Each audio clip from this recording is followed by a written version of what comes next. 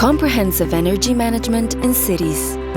Today, 50% of world population lives in cities, and this number keeps growing.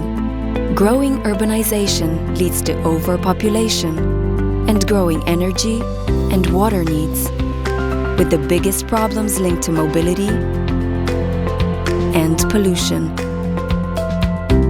Successfully taking on these challenges are so-called smart cities. At Petrol, we promote the development of smart cities by collaborating and providing comprehensive, sustainable solutions. By understanding your needs, using our expertise, and exploiting synergies, we optimally coordinate production and demand to actively and comprehensively manage energy and water.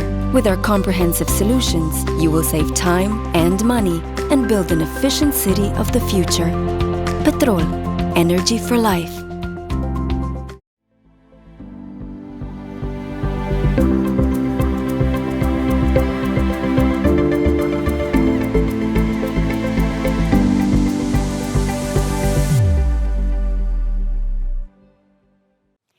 Hello and good morning, everyone. Welcome to the second day of our City as a Lab Mobility 2021 conference, which is organized by the companies AV Living Lab and media house Delion.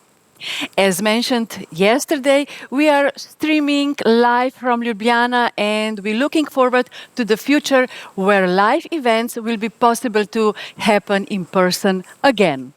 The reasons behind City as a Lab Summit are clear.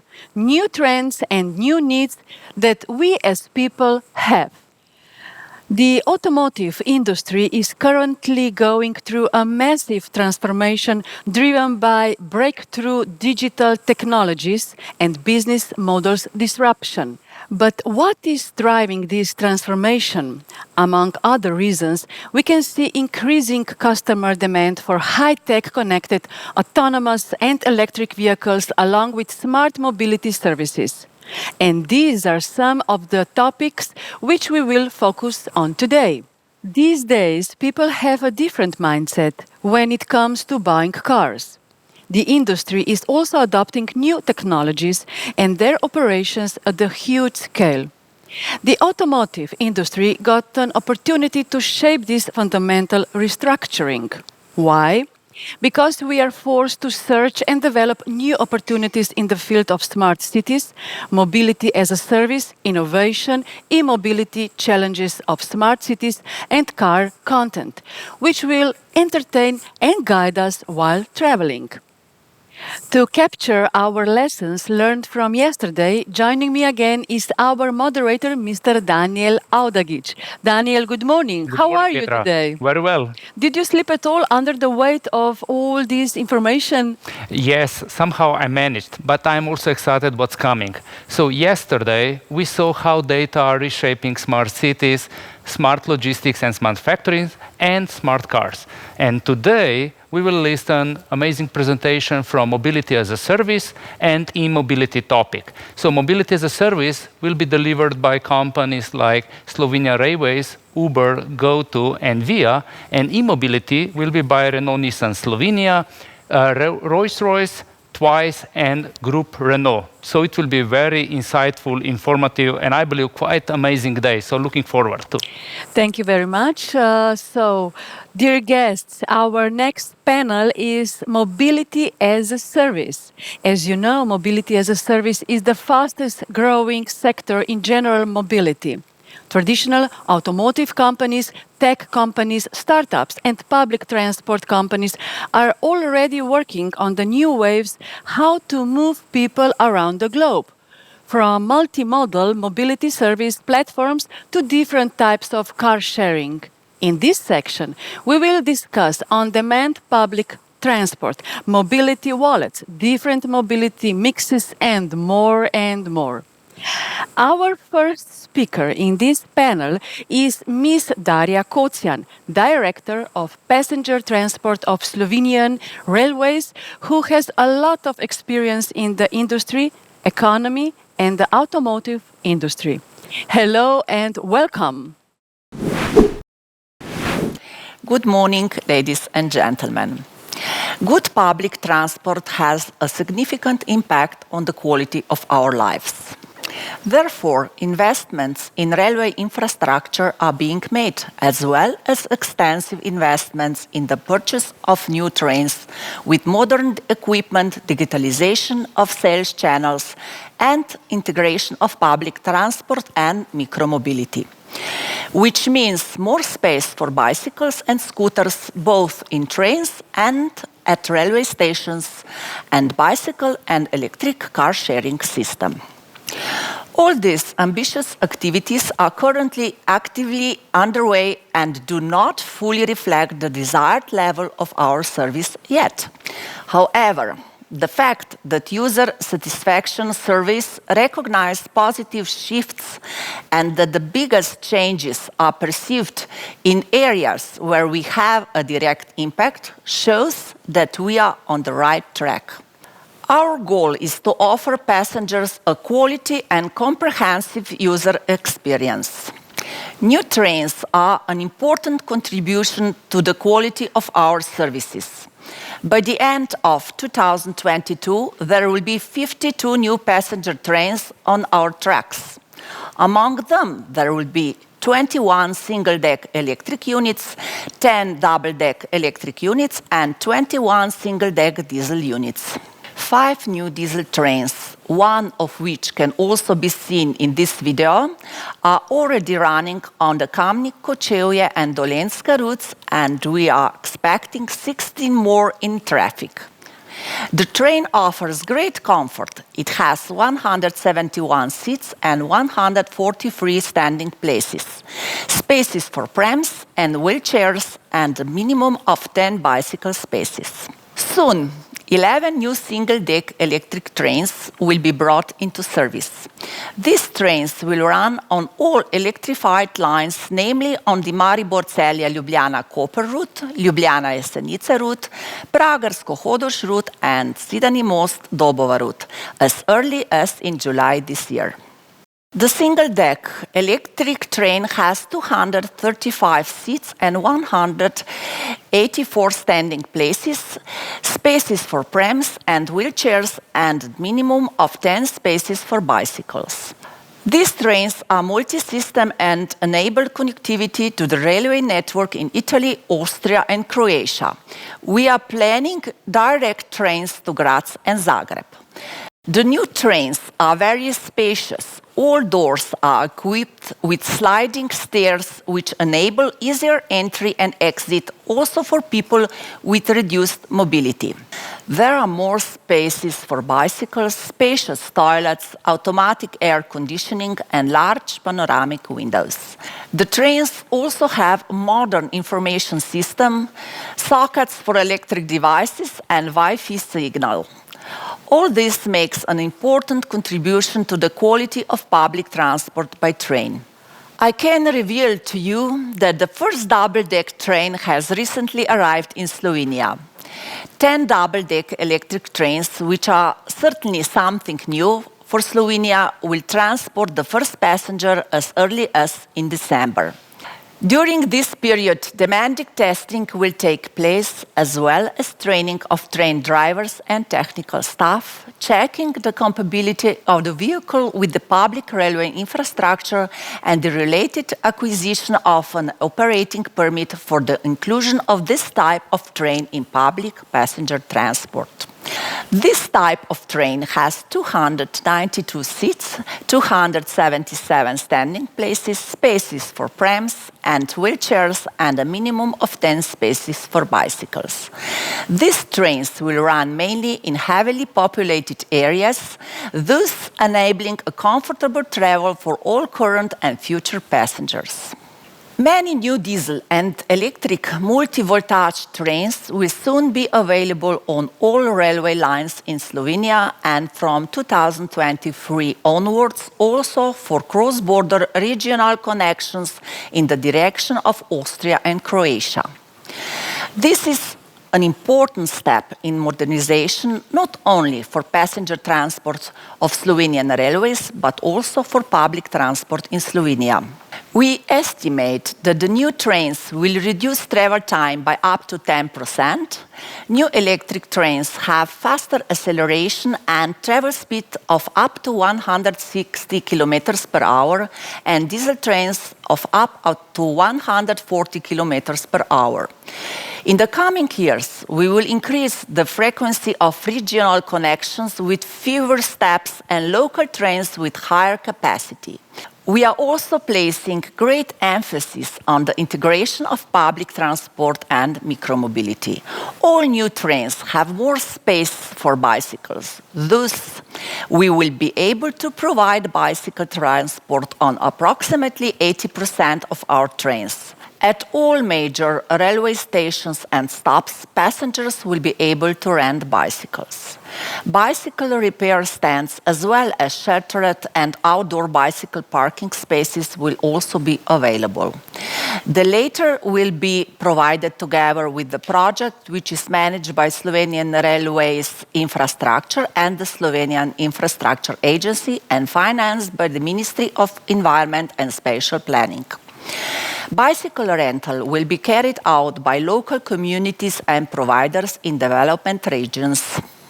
In the first phase of the project, in 2020, Slovenian Railways Infrastructure established additional 2,192 bicycle parking spaces at 27 railway stations and stops. 845 high bicycle racks were installed, of which 605 are sheltered. Currently, there are 3,323 bicycle parking spaces at Slovenian stations and stops. Within 3 years, a total of 220 railway stations and stops will be equipped with new bicycle parking spaces. Additional areas will also be arranged for bicycle sharing and electric bicycles, which are of great importance in terms of mobility. A total of 320 parking spaces are intended for bicycle sharing and 182 parking spaces for electric charging stations. The prepared areas will be used for the arrangement of systems for renting ordinary and electric bicycles, which is an extremely important element in the development of mobility strategy in the coming years.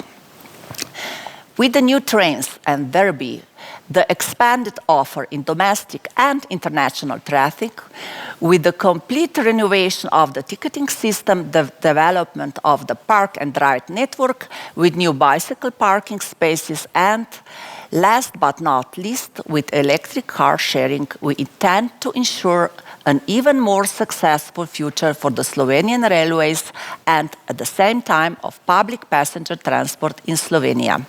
I would like to emphasize the importance of train transport in connection with tourist and local offer. In this area, we are already in the phase of intensive preparation and expansion of both package offers and mutual cooperation in general. In our experience, local communities are very responsive. We all want to take a step forward in the direction of sustainable mobility. Finally, I would like to invite you to choose train travel as often as possible and use the time during your journey for safe browsing on your mobile phone or for reading books and enjoy views on the landscape. This way, journey time will pass faster and at the same time you will contribute to cleaner air. Even in these COVID times, we follow all measures and recommendations of the government and health experts to ensure safe rail travel. Welcome to our trains and thank you for your attention. Thank you, Mrs. Darja Kocjan. Our next speaker comes from a company that is a platform provider and one of the biggest disruptors of mobility space in recent years, Uber. With us is the head of public policy, Central and Eastern Europe, Boris Andrijanič. Thank you, Petra. Good morning, everyone. It's a pleasure to be here. Today, I want to talk about the future of urban mobility and how we can cut congestion and pollution by using private cars for public good, and how all of this can be done by using cutting-edge technology as well as existing infrastructure. It's easy to demonize the car. There are more than 1 billion cars in the world today. But cars themselves aren't really the problem. It's the individual use of cars that is the real problem. Individual car use comes at tremendous public cost. In LA and Sydney, people waste 2 whole working weeks stuck in traffic every year. That's less time with family. That's less time at work, and a whole lot of stress that no one needs. What's more, congestion increases pollution. Today, 22% of all CO2 emissions come from transportation. The good news is that there's an alternative to a world that looks like a parking lot and moves like a traffic jam. It's a world where more people share rides and take public transport. An OECD study estimated that if every car on the road was shared, we'd need only 3% of the cars we have today. The benefits would be substantial. Congestion and pollution would decline, and the cost of operating the transport system would go down as well. The question is, how do we get there? Well, we get there by providing affordable, reliable, and safe alternatives to individual car ownership. We need to make sharing a car a lot easier and more convenient for people to change their behavior. That's where Uber can help. To be honest, when our founders started Uber, they weren't thinking about any of this. They were just excited about the idea that you could push a button on your smartphone and get a car in minutes.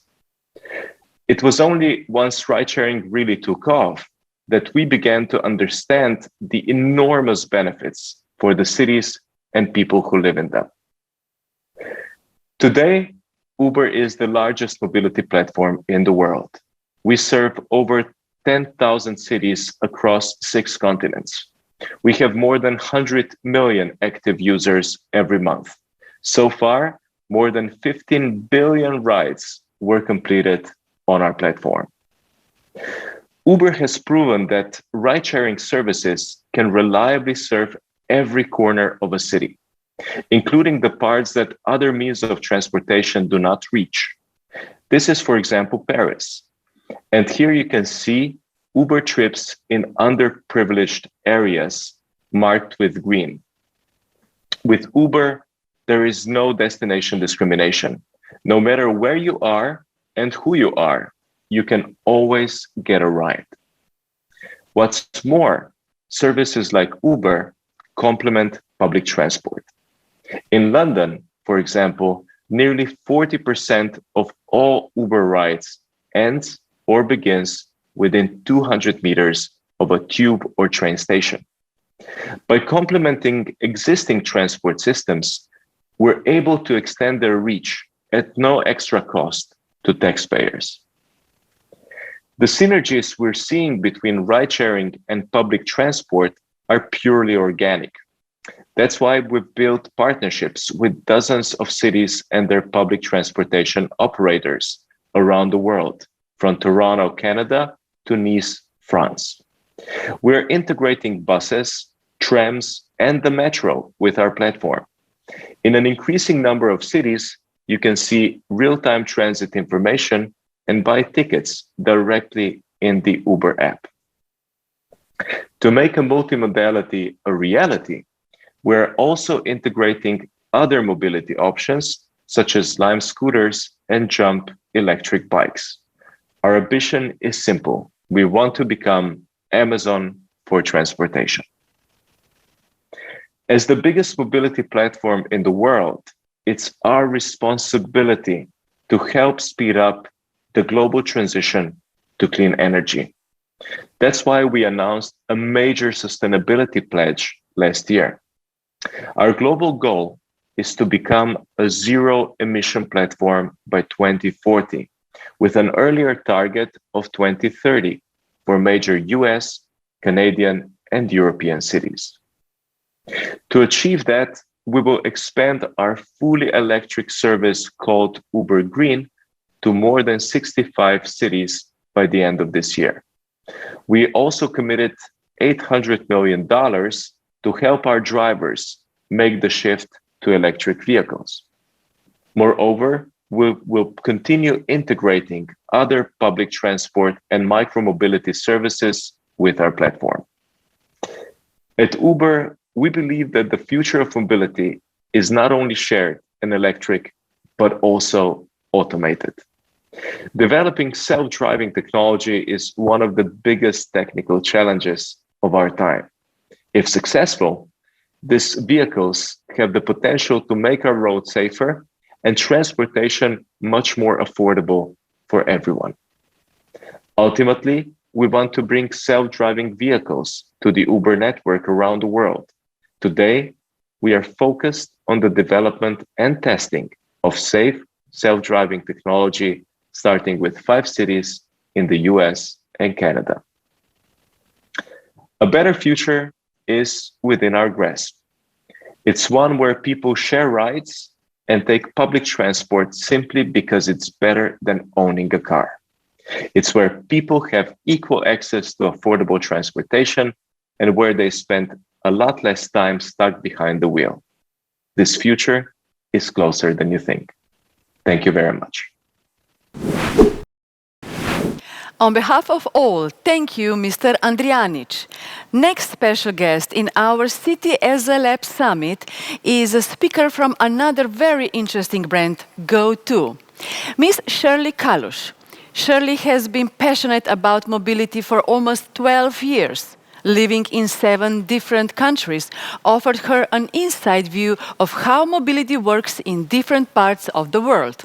Now, Shirly is the Chief Business Development Officer at GoTo, which is multimodal mobility sharing provider offering shared cars, mopeds, bikes, and kick scooters. Dear guests, I welcome Ms. Shirly Kalush. Hi everyone, my name is Shirly and I'm the Chief Business Development Officer of GoTo. GoTo is the world's first self-driven multimodal mobility service provider. We offer our users shared cars, shared mopeds, shared kick scooters, and shared bikes, all from the same app. We do everything in-house, from the technology to the operations to the marketing. And today we have already 5,000 vehicles on the road, over 4 million rides, and we're present in Spain, Malta, and Israel. So let's speak about the world a bit. We already know that more and more people are moving to city centers, and that by 2030, 70% of world population will live in urban city centers. And that can actually create a lot of problems. Because if we look at our cities today, we see that cities are cluttered with cars. This picture can be Berlin, it can be Delhi, it can be Paris. It doesn't really matter. Most of our cities look like that. And that's because users still don't have enough good ways to come into the city or move inside the city. And so they choose to own their private car. So cities need to look for alternative solutions to remove that car ownership from the city centers. So as always, private sector comes in and intervenes and proposes different types of solutions, such as shared bikes, shared kick scooters, shared moped, shared cars. And actually, users love it and start picking up and using it. But the problem we have is that users are multi-needy, and none of these mono-vertical solutions can actually offer all of the users' mobility needs. Sometimes a user needs a bike, for example. They want to do sport and they want to go home with a bike. And sometimes they want to beat traffic and they want a kick scooter or a moped. And sometimes they're with their kids or it's raining or they're with friends and they want a car. Users really, really want a holistic solution that will help them give up their car and actually move fully into shared mobility transportations. And actually, from our study that we did in Spain, we see that over 50% of shared mobility users say that having to download different apps and register and study different tariffs, etc., is really causing them a pain. And they want a very simple solution that encompasses all. Because the reality today is that in order for them to move from point A to B, they need to have at least 20 apps on their phone. So what actually MaaS has brought they've brought a mess because the users cannot have the convenience of the same as having their own car keys. So what GoTo brings this simplicity and this convenience and the trust that the user can find a vehicle near them in one single app with one single billing and with a simple pricing. So from the GoTo app, you can take a bike, a kick scooter, a moped, or a car for short or long distances. We also plan to integrate public transportation and in the future also run the robotaxi. So if we look today, multimodality is not a word of the future. It's already happening today. If we look at our users in Malta, they use a wide variety of vehicles or transportation modes to move, whether it's public transportation, car sharing, taxi, or private vehicle. Same in Tel Aviv, same in Stockholm. Today, already over 60% of users are multimodal. They use various forms of mobility to move around the city. So if we look at the transportation share of wallet, we see that in Europe, it accounts for 13% of household expenditure. It's actually the second highest expense after housing. And it accounts for $1.3 trillion. And if we look just at transportation services, so anything from train and road and air travel, it's about $200 billion market. Now, if we look at the individual, if we look at the household, more or less monthly expenditure is around $450. And it's split across, obviously, public transportation, and then car sharing, taxi, and micromobility, different ways to move. This is excluding car vehicles, private car vehicles. And GoTo can actually cover all of these users' needs in one single hub. So how do we do it? Is subscription the way to capture the majority of share of wallet of those users? Well, let's have a look. Thanks to our in-house multimodal technology, we are able to offer the users all of the different vehicles in one single app. We offer very simple pricing. We offer one billing to control the expenses and a mobility wallet whereby users get credit to use different types of services. So they come from kick scooter, for example, and we push them the car. We push them a coupon to use the car.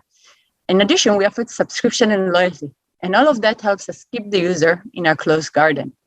With our simple pricing, we offer the user that ease of mind, that simplicity.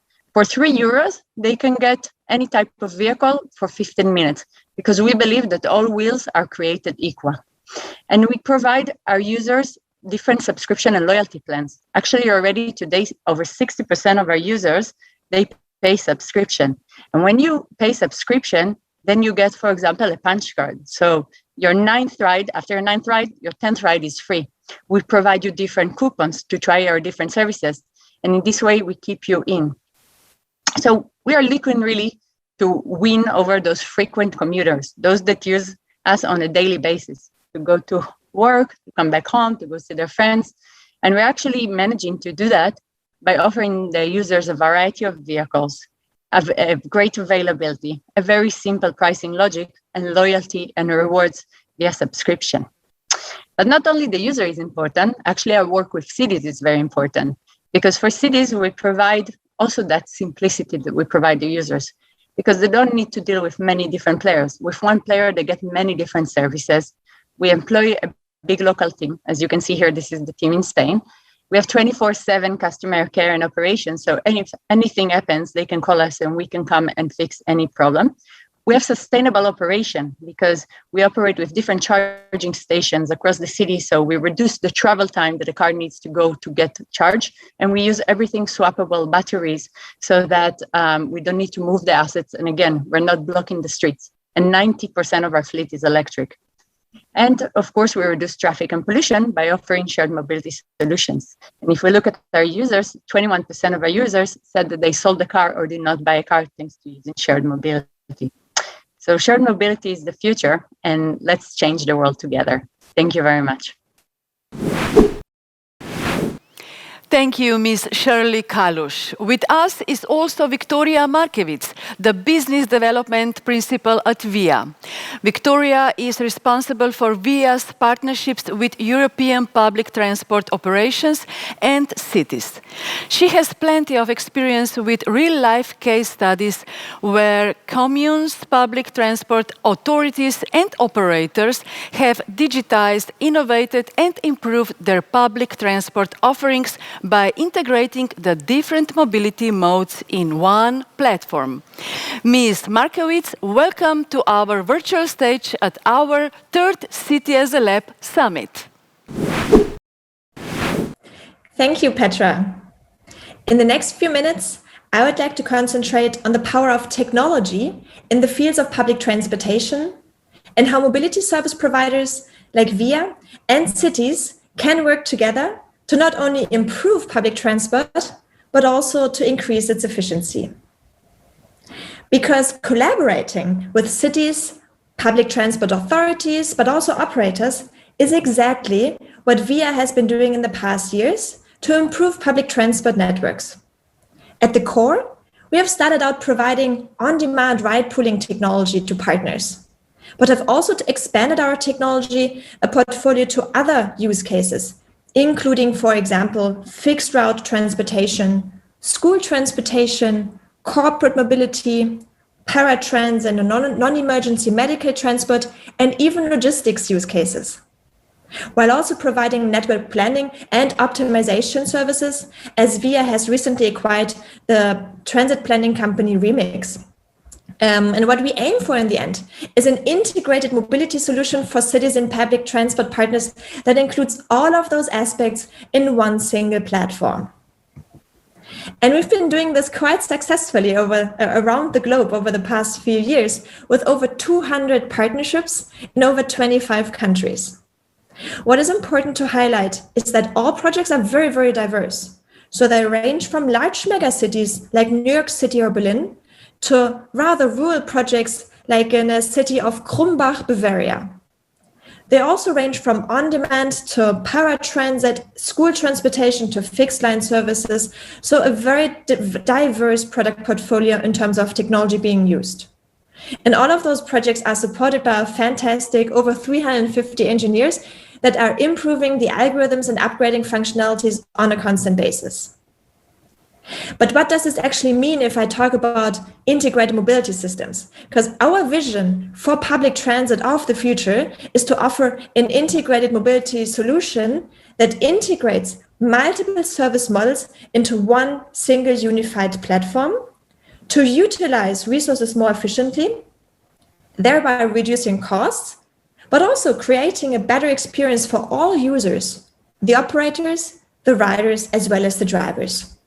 Because why have a separate fleet and separate software systems for fixed line transportation, on-demand mobility, and paratransit mobility, when they can also be combined in one single platform that coordinates and optimizes all network services? So let's actually look into a case study, and I've picked here GET, a partnership of VIA together with GET in Bakersfield, California.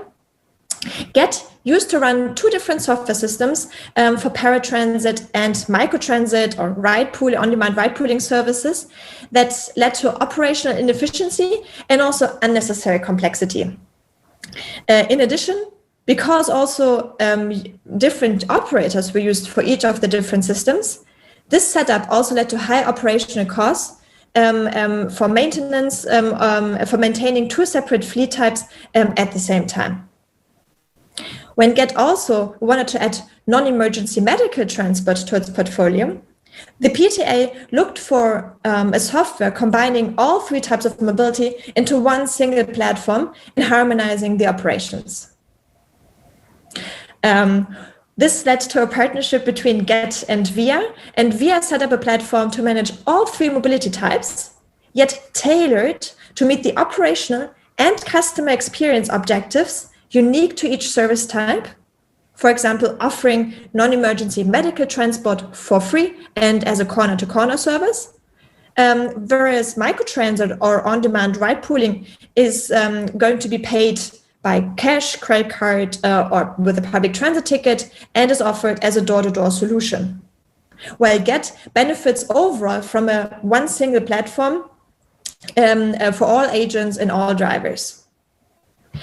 So in the end, the benefits of having an integrated mobility solution compared to different software setups and different systems for different types of mobility are for sure, first of all, the increased efficiency, because you can leverage your resources, meaning your fleet, your drivers, software maintenance a lot better. There's a the unified operator tools allow you to cut on time and cost. Time not only for managing the tools, but also for your employees to be trained on those tools. But you don't have to sacrifice on a tailored rider experience because passengers still benefit from a customization for each transit type they're using, may it be paratransit or may it be fixed line transportation, may it be microtransit or on-demand ride pooling. And finally, there's a unified driver application, which again also reduces training time because there's only one system those drivers have to follow, and improves also the on-the-road experience. So this is the future, the vision of public transit of the future that VIA has for partners around the world. And I'm very much looking forward to the panel discussion, digging deeper in some of these topics with the fellow panelists. Thank you very much. Thank you, Ms. Vicoria Markewitz. I wish you all the best. Dear audience, before today's coffee break, it's time for our Mobility as a Service roundtable. Mr. Daniel Audagic will be moderator and he will also explain all the relevant house rules. Daniel, the floor is yours.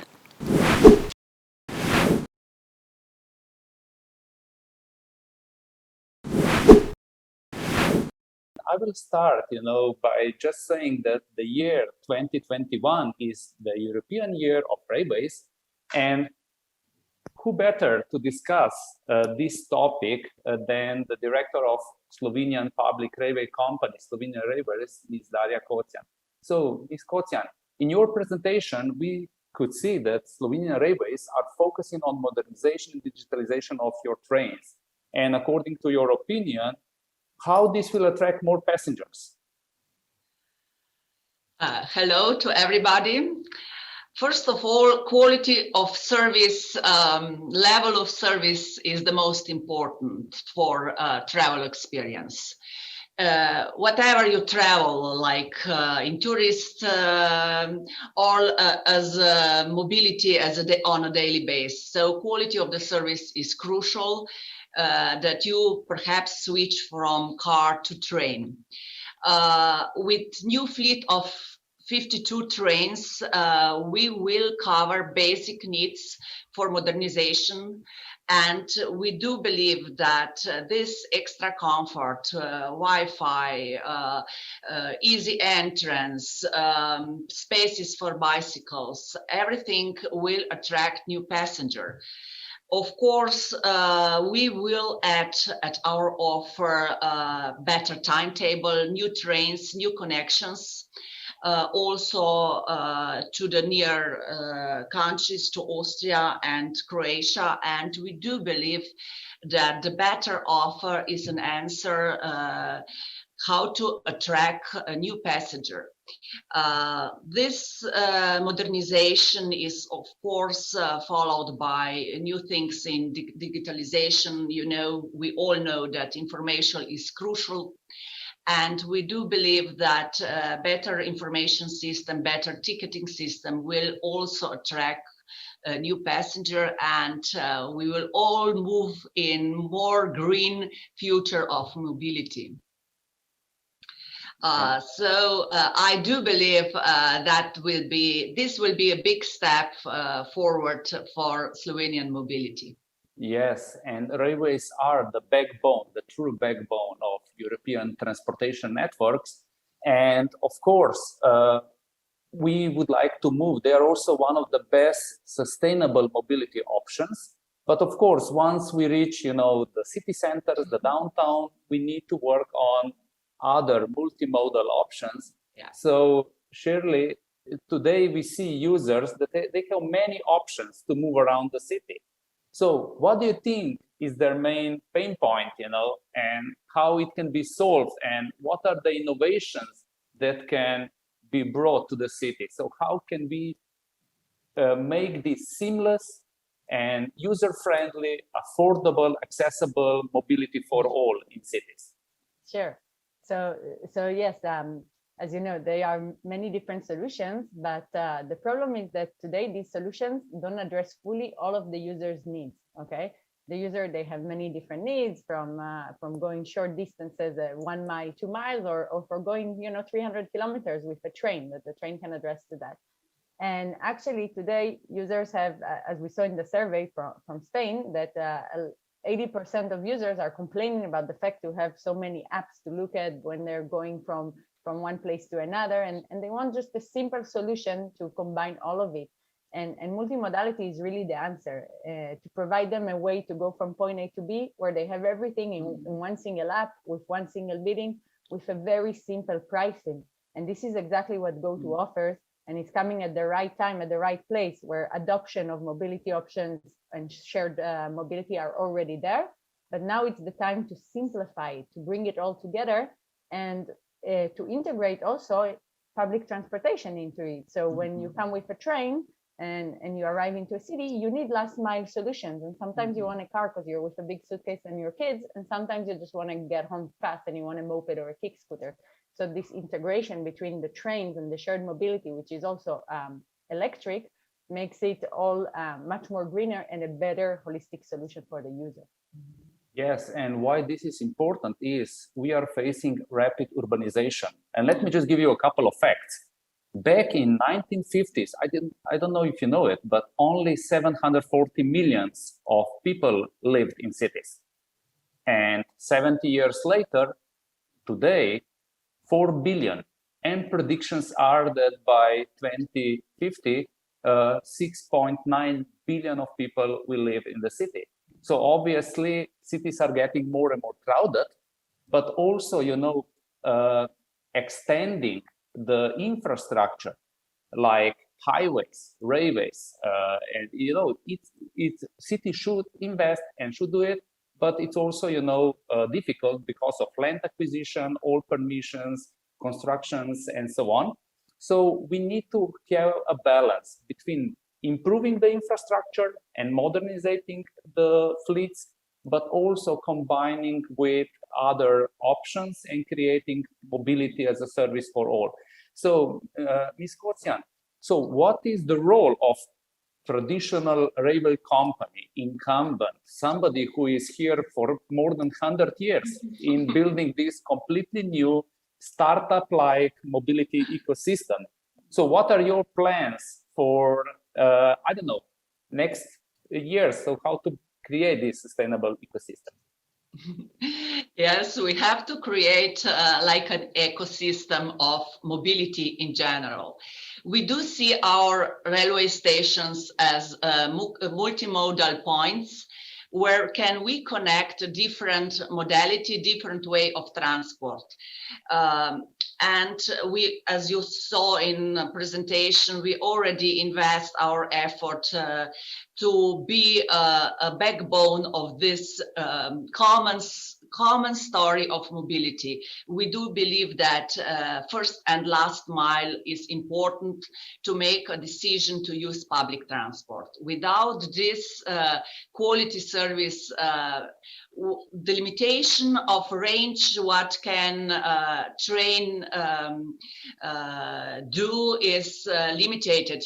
Parking space are important, but if it's possible to attract people without using cars wherever it is possible, this is also crucial, because the change of a way as we look at to the mobility is really important. In Slovenia, for example, we do have really a lot of cars, and I do believe that a family with one car is a future in Slovenia. That will, but that can be done only with excellent public service, with different mobility options. And we do see our railway stations as a point of multimodalities where we can, with better harmonized timetables between buses and trains, with additional service of rental, micromobility transport services, with one ticket for all service, with predictability, and with a better approach in mind that we have to think about passenger. We do not have to think only about about service with train. We have to think about whole package, and this I do think is our task for the future. Yes, and I'm a big fan of Slovenian Railways, and I will tell you why. Because I'm also working for the incumbents in the past, and to move quickly. Of course, there are always challenges, always there are roadblocks, but just think, that railways are now partnering with automotive sector, with car sharing companies, with bike sharing companies. For example, in Ljubljana, we have first hour of bike sharing for free. And it's high utilization. So beside your private bike that you can safely store at all railway stations, we also have the bike sharing scheme with 1 hour for free. And in 1 hour in Ljubljana, you can reach every point. Second thing that I would like to mention is really this integrated ticket that we have in Slovenia in partnership with Slovenian Ministry of Infrastructure. It was created and co-finances. And that means that with one ticket, you can go on railway and buses, and you can have these seamless activities. So the point is that change is the way to go. But now we are going back to Shirly and cities. And I will, again, I like that statistics that in 1950, there were only 2 mega cities. And this was Tokyo and New York. And today, there are more than 20. Mega city. So mega city is considered a city with more than 10 million population, and they are growing very, very fast. So Shirly, your company is very successful in entering new markets. So how you select those new markets, new cities? Sure. So actually, we build a complete model to assess the different markets. We call it the dicer, where we dice the most important, the highest and biggest density population cities. Our focus right now is on Europe, okay?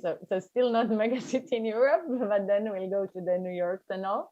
And basically, we look at different cities. We look at over 70 parameters when we analyze cities.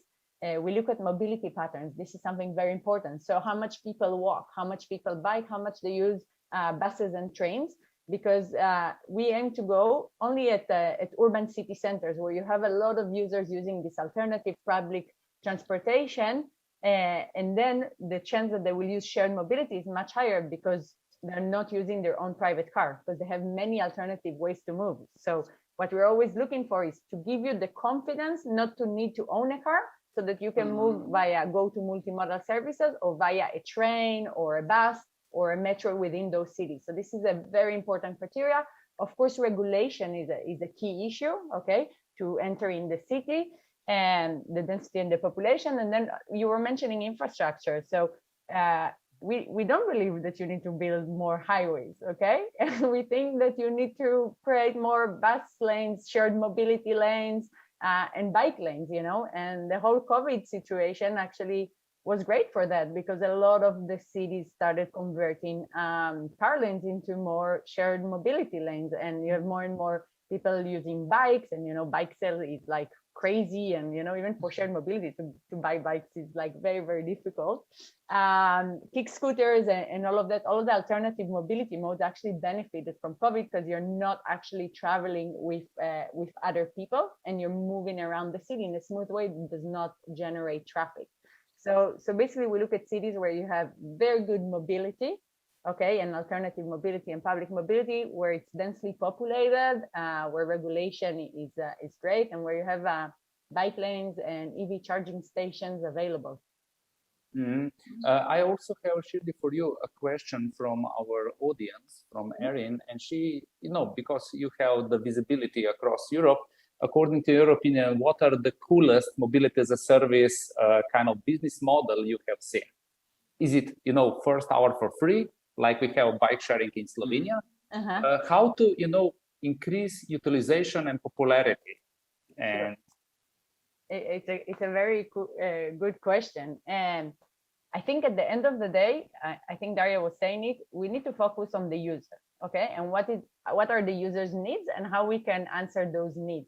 So at the end of the day, the companies that will win are the ones that are giving the best service, okay? Whether it is in terms of quality, that the vehicles are clean, etc. Whether it is in terms of availability, which at the end of the day is the key factor, having the available asset next to me when I need it. So when I get off the train, I see a lot of GoTo bikes and GoTo mopeds, so I can take them into the city. And also that simplicity, okay? The fact that the app and everything is working perfectly.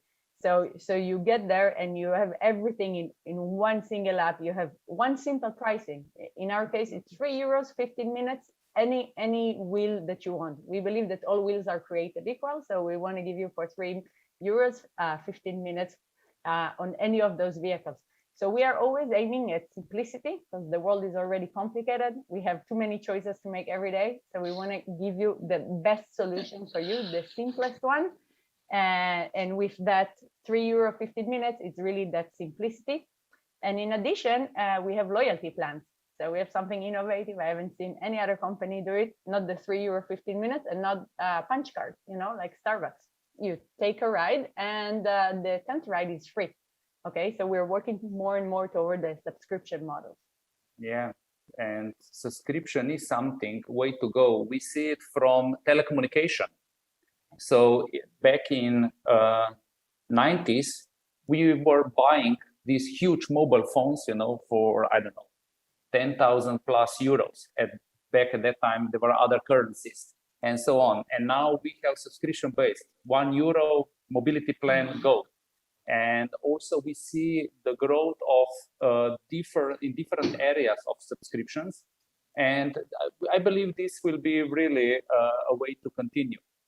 We are also getting comments from our audience, and they are maybe not so much questions like their observation. And yesterday we had a presentation from Florian Lennart, who is the urban director from Neom. And Neom is a greenfield.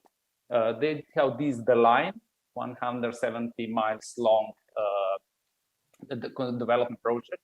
And you can start from the beginning to develop, the whole master plan, related to real estate, infrastructure can be done, from the scratch. Now, Europe is facing existing legacy infrastructure. And simply, we need to manage resources better. And the comment was, between Ljubljana and Maribor is 130 kilometers. And obviously, we always have the question, why cannot rail go just direct, So it's always great when you do a development in areas where this is possible, due to ownership of the land, configuration of the land, and so on. Yes, we are improving the existing one. There is always room for improvement. And yes, everybody understands that. And we would be more than happy, to start 200, 300 years ago and do it differently, but this is not possible. And also, yes, another comment is modernization of the train is great, but all incumbents are also improving the other things, and IT is a pain point, not only in mobility space, but other industries, because we need to connect the data.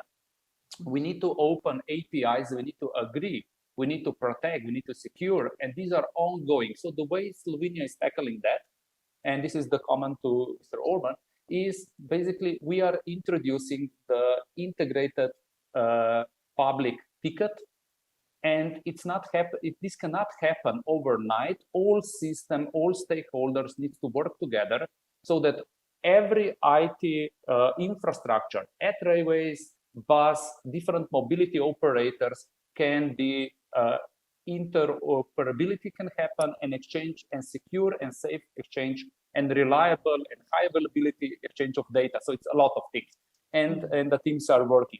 So we can continue basically with the question. So Ms. Darja, what are your plans, next steps to build more. So now we have trains, we are working on integrated. So what can we expect will happen in next years? We do have a lot of additional projects. The key point is digitalization, better information system, new selling points for the ticketing, of course, together with ministry, and the ministry is in charge on this field, integrated tickets with more providers. I do think that better simplest ticketing system with attractive prices will attract new passenger on public service experience, and then perhaps it will be easier decision to live without so many cars. Slovenia is really specific in this field. We do not have mega cities. We are spread all over our beautiful country, and we have a habit to have a lot of cars, and I really hope that generations of our children will be different in this field, and we all have to do something in this direction. Slovenska železnica passenger transport will try the best to be in charge of this new story. Yes, and it's always great to hear that the leadership understand that. Now we just need patience, and results will also come. And yes, Slovenia has one of the highest, basically per capita ownership of a vehicle, and could be that this is a consequence of previous times when the ownership was one of the lowest, and then after the transition, from one regime to another, basically it just went up. But basically, it's always interesting to talk about the government. So Shirly, now you highlighted how to work with cities and how you select the markets, but how do you work with the governments? Sure. So we work very, very closely with the governments. We always maintain close contact before we go into the cities. We create contacts with them. We meet with them. Governments really like to work with us and our type of models because we are multimodal, meaning that instead of them needing to talk to so many mobility actors in the field, they can talk to one actor and they get a lot of services together. So they get from the mopeds to the kick scooters to the cars, they get all in one. So it really saves them in terms of time to talk with so many different actors. The other thing is that when we go into a city, unlike many micromobility companies, we actually hire a team. So every city that we go into, we have about 40, 50 people on the ground. So we have operations people, we have call center, and obviously we have the country manager, marketing and operations director.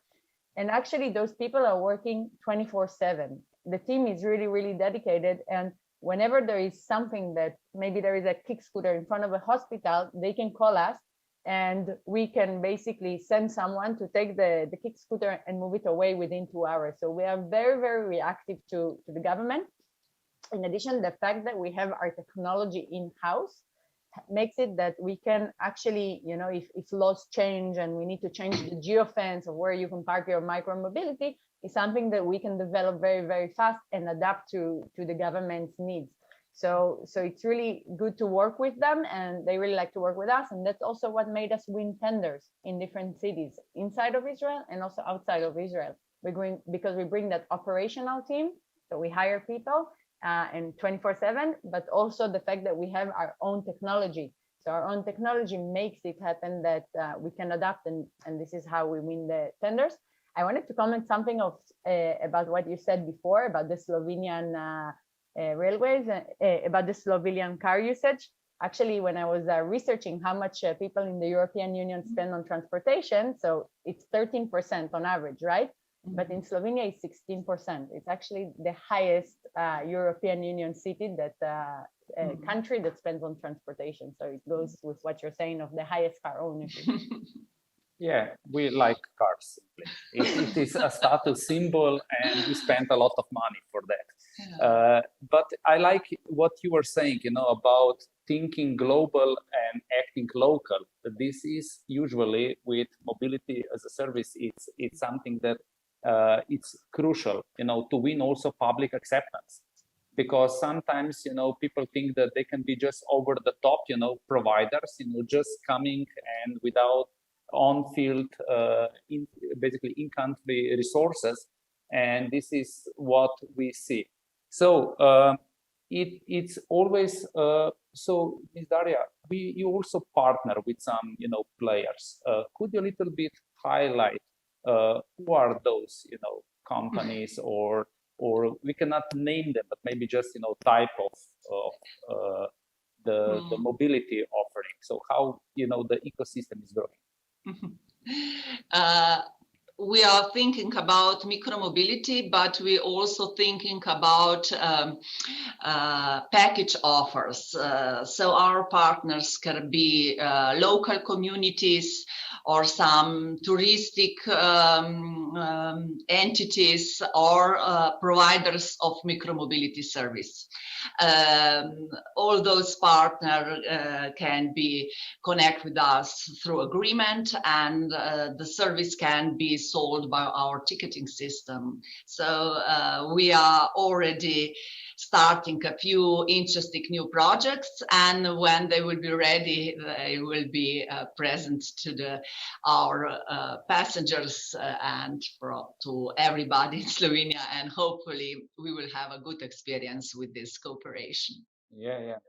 We also like these bundles. My colleague went a few weekends ago, for one ticket one day and experience many drives. So this is also how we can plan, a weekend getaway, by train.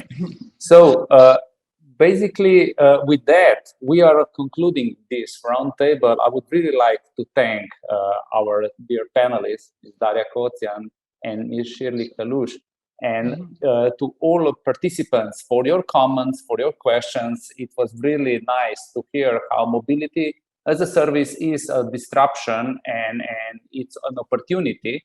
And we will feel it more and more. And we encourage all to basically experience it by yourself and contribute to sustainable mobility, less congestions, lower, bringing this zero accident society to reality, and that our cities, environments, planet will be more healthier. So with that, I would like to thank you all, and I will give back the word to Petra. Thank you. Thank you. Thank you for that insightful roundtable. We have another coffee break coming up, and after that, an exciting panel about e-mobility. Thank you for now. See you soon.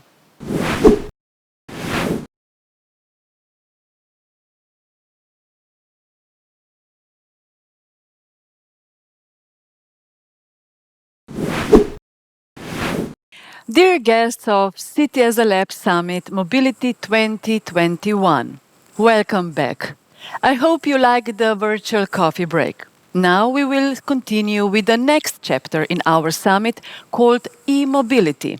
Daniel, please tell us more about it. Yes, e-mobility is extremely important to create sustainable mobility. So in this session, we will hear representative from Renault Nissan Adriatic, who will share with us their go-to-market strategy for e-mobility and new mobility solutions. After them, we will hear how Royce wants to bring e-flying cars, VTOLs, to reality. Then startup Twaice will talk about battery optimization, which is again important topic. And last but not the least, Groupe Renault about their Mobilize project. After the keynotes, we will have roundtable where we will also answer on questions from our audience. So I'm really looking forward to e-mobility session. Thank you, Daniel. So, in this section, you will learn how automotive, aerospace, and startup companies are working together to connect billions and billions of e-mobility things to contribute to a more safe and healthy planet. Ready to share with us what kind of products and services have already been developed to achieve that in Renault Nissan Adriatic is Mr. Francois Delion, Managing Director of Renault Nissan Adriatic. As I said last year, under his leadership, Renault is focused on increasing the share of e-mobility in Slovenia. Mr. Delion, the floor is yours.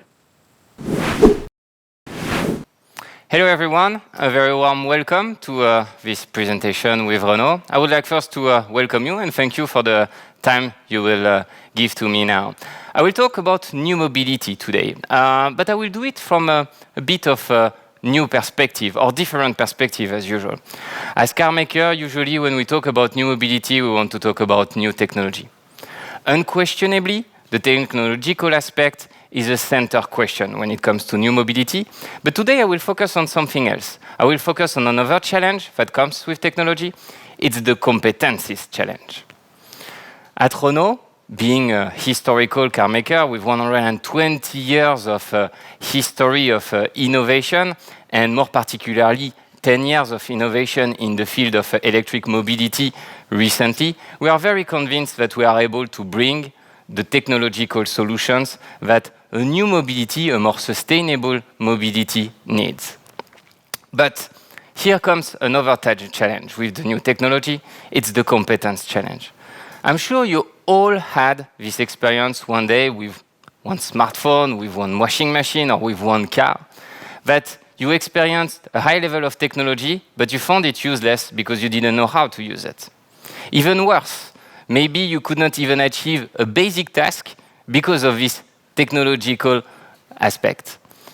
Even worse, when it comes to cars, this technology put not in the right hands could lead to breakdown or even safety issues when it comes to our safety features.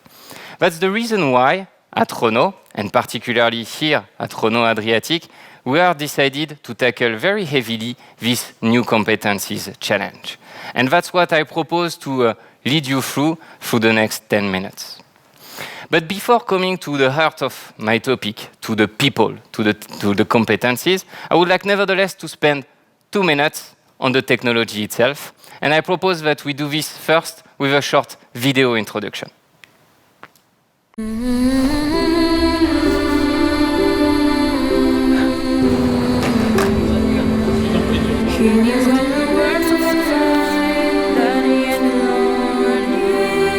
Mom is working on the hybrid engine, honey.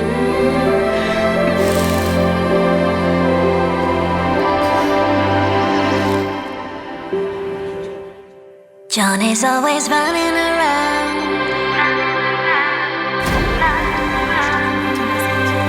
He needs all the world to confirm.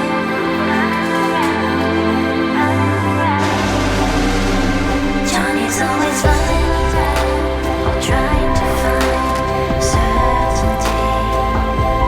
He needs all the world to confirm that he's lonely. Johnny's always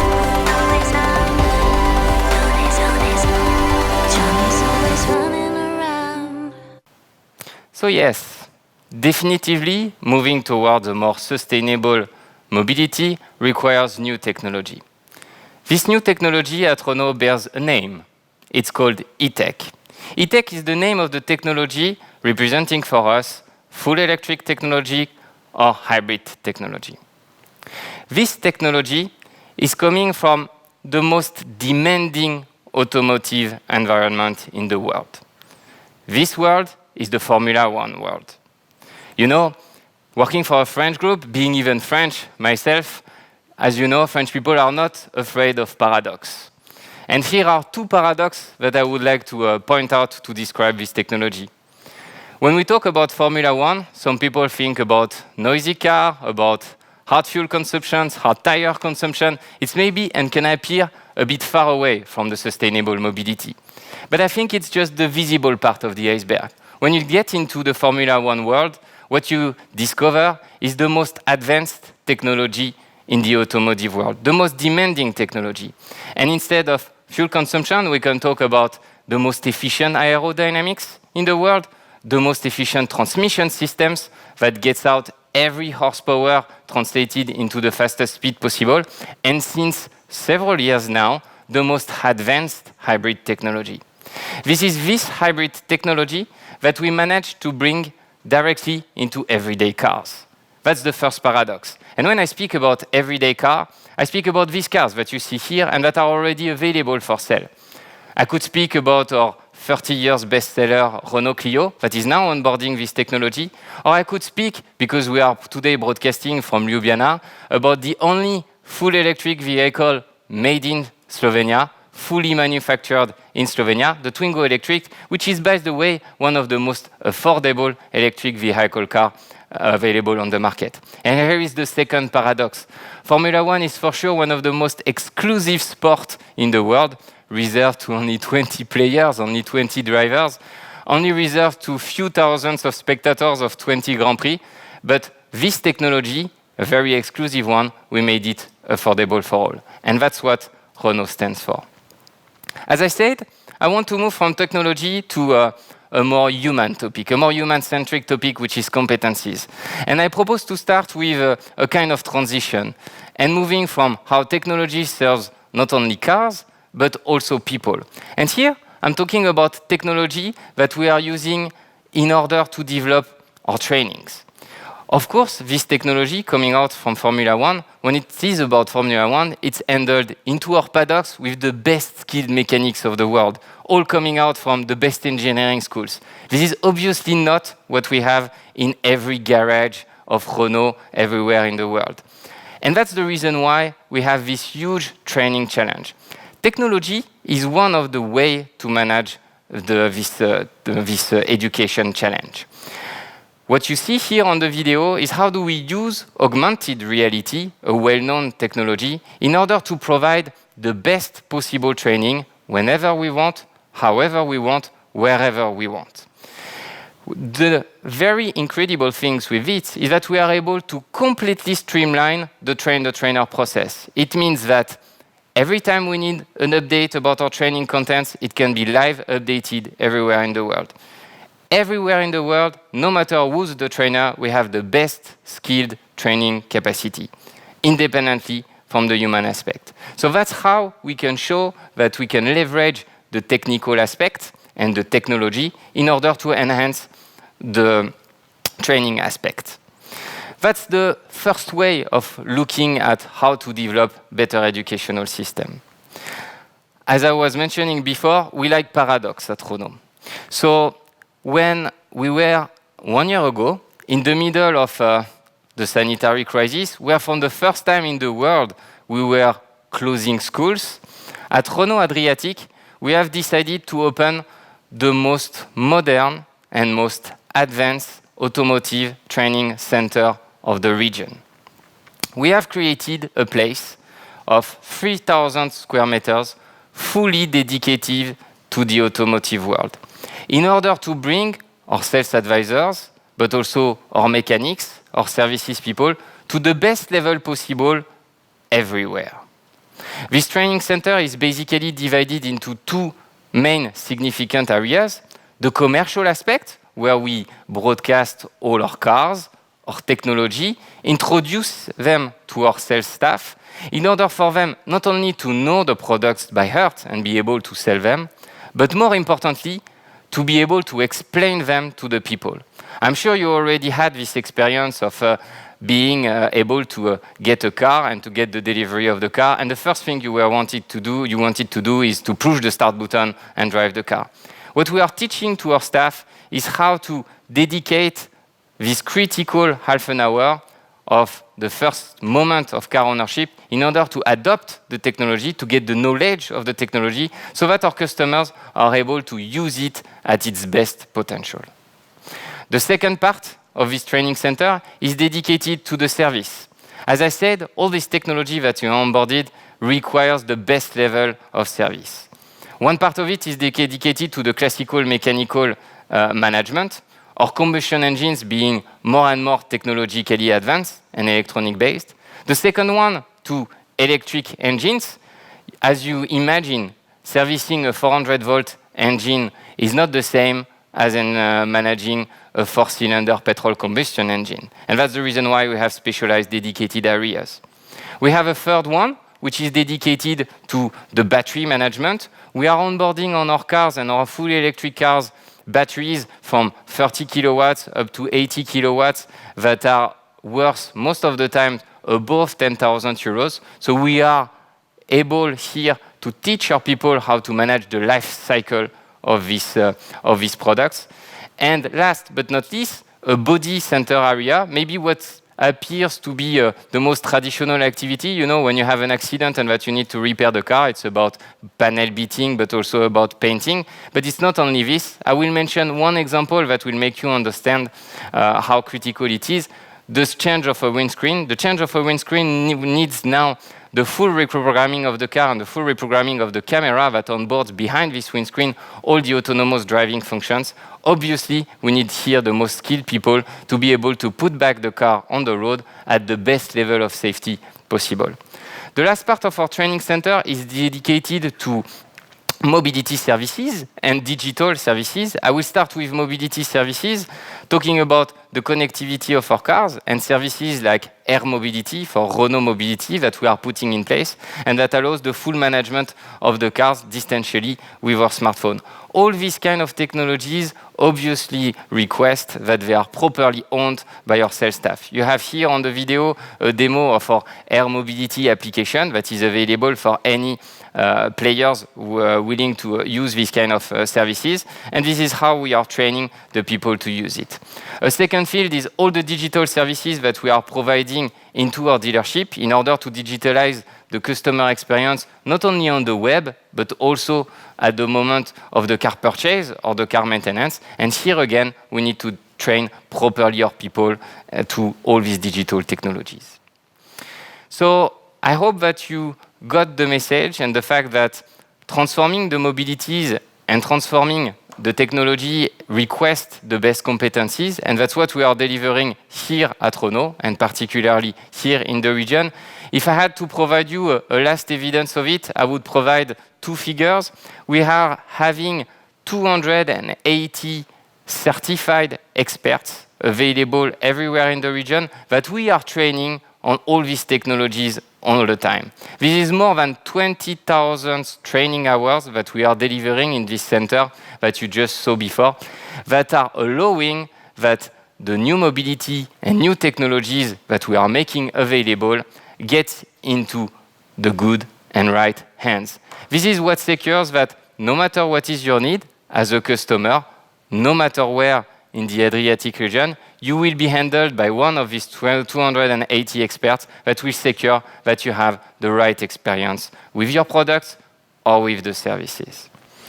In order to conclude, I would like to quote our recently appointed CEO, Luca Di Meo, which basically summed up what we want to achieve in this new mobility field by what he wants to achieve with the company. What he says is that he wants to make Renault moving from a car company designing technologies to a tech company onboarding these technologies into cars. I think it sums up quite well how ready we are to tackle this new mobility challenge. And I hope that you got that all this challenge we will not handle just by technologies, but by people. Thank you very much. Thanks for your attention. Mr. Delion, thank you for your presentation. Let's get forward and higher with Royce. With us today is Mr. Stefan Breunig, Head of Strategy at the one and only Royce. This company vision is to champion electrification in aviation by developing world-leading power and propulsion system. This presentation will highlight how electrification enables disruptive solutions for urban and regional air mobility. Mr. Breunig, we cannot wait to learn more. Thank you, Petra, for the kind introduction, and thank you so much for having me. Mobility systems are changing, and we will see great examples of this throughout the conference. On ground, we already see that electric vehicles are at a tipping point, with sales numbers strongly increasing. We see digitalization, which is changing the way how we are using mobility solutions. And we see great progress towards autonomy that's being made. Now, we at Rolls-Royce think it's time to bring this into the third dimension. And in this talk, I will show you how Rolls-Royce will be powering urban and regional air mobility. But what is it exactly that I'm talking about here? So let me just start with showing you our definition of what's urban and regional air mobility. Now, if we talk about mobility, air mobility in the urban environment, we think of solutions that will be used for intra-city missions, like connecting city centers to airports. Usually a trip would be between 20 to 50 kilometers, and such trips would be enabled by electrical vertical takeoff and landing vehicles, so-called eVTOLs. So it's vehicles that have a helicopter-like capability. When we extend the mission length, we will talk about regional air mobility. This could be connecting cities or connecting places which are difficult to reach with other modes of transportation. For instance, if you think about island hopping or connecting the mainland to an island. These trips can be anything to up to maybe 500 kilometers. And these routes will mainly be served by conventional or short takeoff and landing vehicles. So fixed wing aircraft up to around 19 seat. But as well, the already mentioned eVTOLs will have a place in this regional air mobility because we see certain concepts which have an extended range and they can play an important role in this new sort of mobility. For instance, by directly connecting city centers of neighboring metropolitan areas. Now, let me show you some specific examples where Rolls-Royce will be powering new mobility solutions and the use cases which demonstrate the societal and environmental impact of this and what the benefits will be. Now, first, in the eVTOL space, we are in a collaboration with Vertical Aerospace. The Rolls-Royce propulsion technology will power the VAX4 aircraft, which will be capable of carrying 4 passengers at a speed of 200 miles per hour over a distance of up to 120 miles. So you see, this vehicle will actually be not only serving urban routes, but as well shorter regional trips. And what's important to mention is that certification of this aircraft is already planned for 2024. So we are not talking about something far in the future. Now, why do we think eVTOLs are a good solution for the urban environment? You might think, well, we already have helicopters, and you can see certain routes flown by helicopters. But eVTOLs have specific benefits. We see that an eVTOL solution will have lower noise due to the smaller propellers with a lower tip speed, which are the main source for noise. They will have lower operating costs because the propulsion system requires less maintenance and electricity is generally a cheaper fuel. Now, third, last but not least, we see higher safety that we can achieve because distributed electric propulsion can be designed, so the systems can be designed that you have no single point of failure, which is something you have in a conventional helicopter. So these solutions will be a lot safer. And I already touched on different use cases, and particularly I would like to highlight the airport shuttle use case. Now I'm standing here in the Munich office, and for me to get to the airport, the Munich International Airport, it takes around 1.5 hours by train to get there. Now, I certainly would love to have an eVTOL ready to take me there in around 5 to 10 minutes, which is the duration you would need for that distance. And the use case gets even better if you connect city centers with other places that do not have a train connection or usually are reached via highly congested roads. So another example would be a trip from San Francisco to Palo Alto. This is quite often used as an example, and I think it's really good because I've already as well have been stuck in traffic on that route. So it's a really good example. Now, switching from urban air mobility to regional air mobility, it's not all about eVTOLs. We see a great benefit from electrification of fixed wing commuter aircraft for regional air mobility. And we're really happy that in this field, we're in a collaboration with Tecnam, the Italian plane maker, with Widerøe, the largest Nordic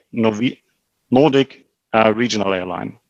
And together, we're developing the P-Volt, an all-electric aircraft which will enter into service in 2026 and it will be capable of serving short and medium ranges. It will be capable of carrying 9 people, and it will be powered by a Rolls-Royce electric propulsion system.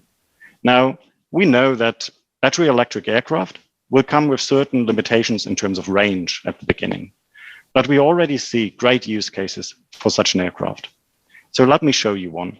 If we look to Norway, Norway is really a lead market for electrification. They are a front runner for electric vehicles on ground, and for aviation, they aim to have a short-haul, all short-haul flights electrified by 2040.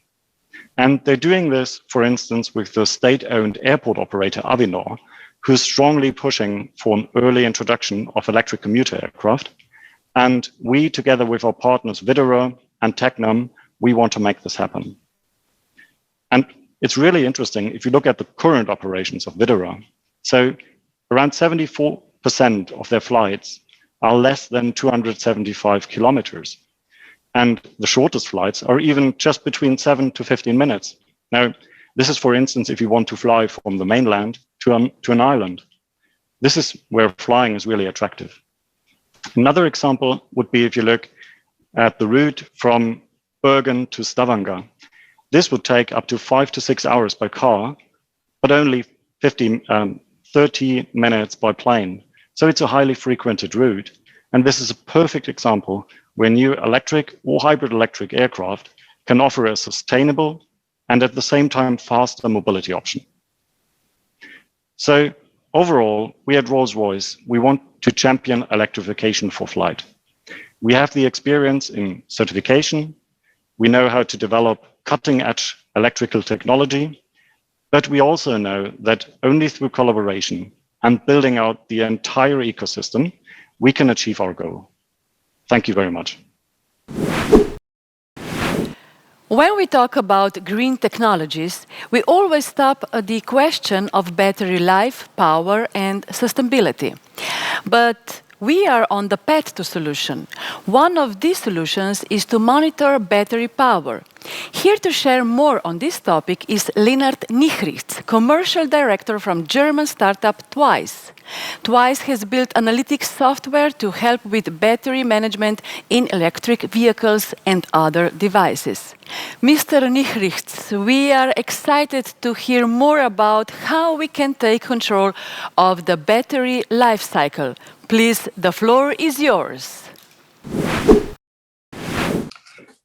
Hi, a pleasure being here today and talk about holistic life cycle management about batteries. Well, what we offer is battery analytics solutions, obviously. It's a key really to go into this new decade of battery-powered mobility, but also stabilizing renewable energy grids. So what we're seeing here is just kind of the teaser. Why is that important? Well, if you look on the left side here, you see electric vehicle sales are just spiking everywhere from North America, Europe, China, but even beyond.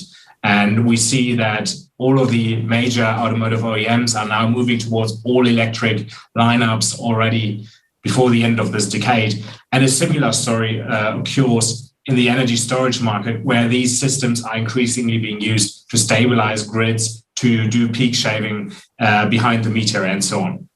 And why is it important to take a look at this battery from a technological perspective? Well, the battery determines all of the key characteristics that customers care about. So if you're buying an electric car, you want range. You want to be able to quickly recharge the vehicle when the range is out. And after all, you kind of want that over an extended period of time. So having a high residual value or rather long lifetime is incredibly important.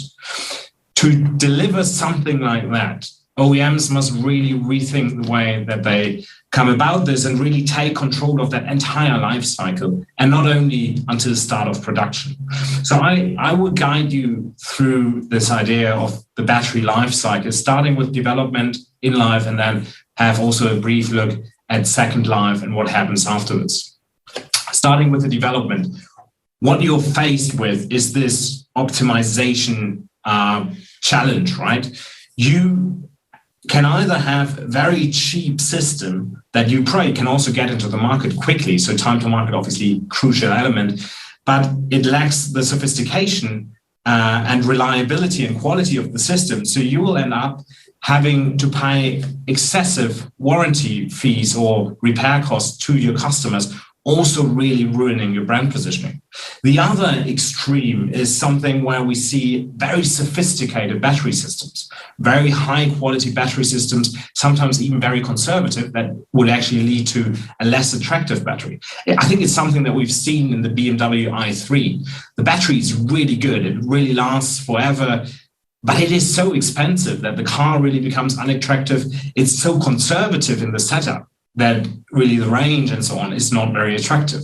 So you must find this cost optimum and obviously the performance optimum for each system very quickly with a very short time to market. And there's a lot of topics you need to do here, but obviously most of that comes surrounding moving more towards a simulation environment, incorporating field data, and kind of moving forward. But also, when you do this, you must take risks, right? And to control these risks in the in-life is really the second step. So let's take a look at what is going on here. So we've seen the consumer really cares about the battery and the performance of the battery over the lifetime. But consumers don't really trust the battery because they're being told, and they know from their smartphones and everywhere, batteries are not the most reliable component, right? So you see their capacity fade away, their power capabilities fade. So OEMs react with that. When we see warranties in the combustion engine era being like 2, maybe 3 years, we now see OEMs moving towards something of 8 years or 160,000 kilometers, which is pretty much the entire lifetime of that vehicle before it's really towards the kind of end of life use cases that are more limited. So the warranty risk really peaks. And to just put that into perspective for an OEM, already 100,000 vehicles in the field translate to more than 1 billion euro in assets and corresponding warranty risk. I mean, you see replacement of battery costing between 10 to 40,000 euros per car. So you don't want many batteries coming out of control. Meaning that it's really important that once you're in the field, you keep the control of the vehicle and you can take preventive and then mitigating action in terms of after-sales services, in terms of software updates and optimization of the way that these vehicles are being used. When we now take kind of a look at this sustainability aspect of the circular economy, obviously that's why we have the battery lifecycle circle here. Second life, end of life options are really important. What is possible? I mean, we're talking now 8, 9, 10, 12-year-old batteries. What can you do? I mean, obviously you can just reuse it. An example is same vehicle, but just different use case. So you have a lorry driver driving every day the 5 hours that he can do before kind of needing to stop for a break. So kind of 500 kilometer range. Moving to someone who's just driving around their neighborhood to deliver stuff to local stores, just kind of creating less than 100 kilometers of driving distance per day. So just reducing the depth of discharge or use part of the battery leads to that optimized use case or optimized use even beyond the initial end of life that you would see with the more extreme first use case. Or you repurpose, right? You take the battery out of the vehicle and you put it into a forklift, or you put it into a stationary energy storage, which is kind of the link towards what we've seen on the first slide, the energy market, where then you can use it to stabilize grids, where you can use it to trade, to use the peaks of when you have sun and wind and you really want to take out that energy because it's very cheap and supply it to the grid or to the electricity companies when it's night and there's no wind and you kind of run out of energy options. So you just supply it back to the grid and you earn this arbitrage.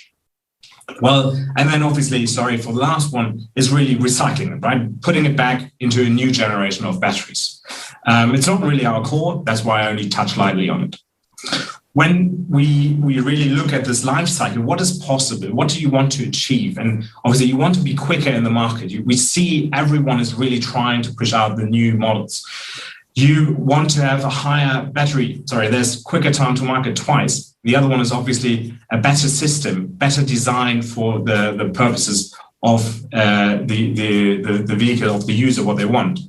You want to have a higher battery quality. So you want to make sure that you have a good check of what comes out of your production belts and what is being shipped to the customers, and then possibly also update throughout the life with software updates to increase the performance, to sell additional range, or to come up with attractive financial models, which is kind of also leading towards these higher residual values, which is really important, especially for OEMs these days, as quite a lot of the leasing contracts really go out from the OEM banks themselves.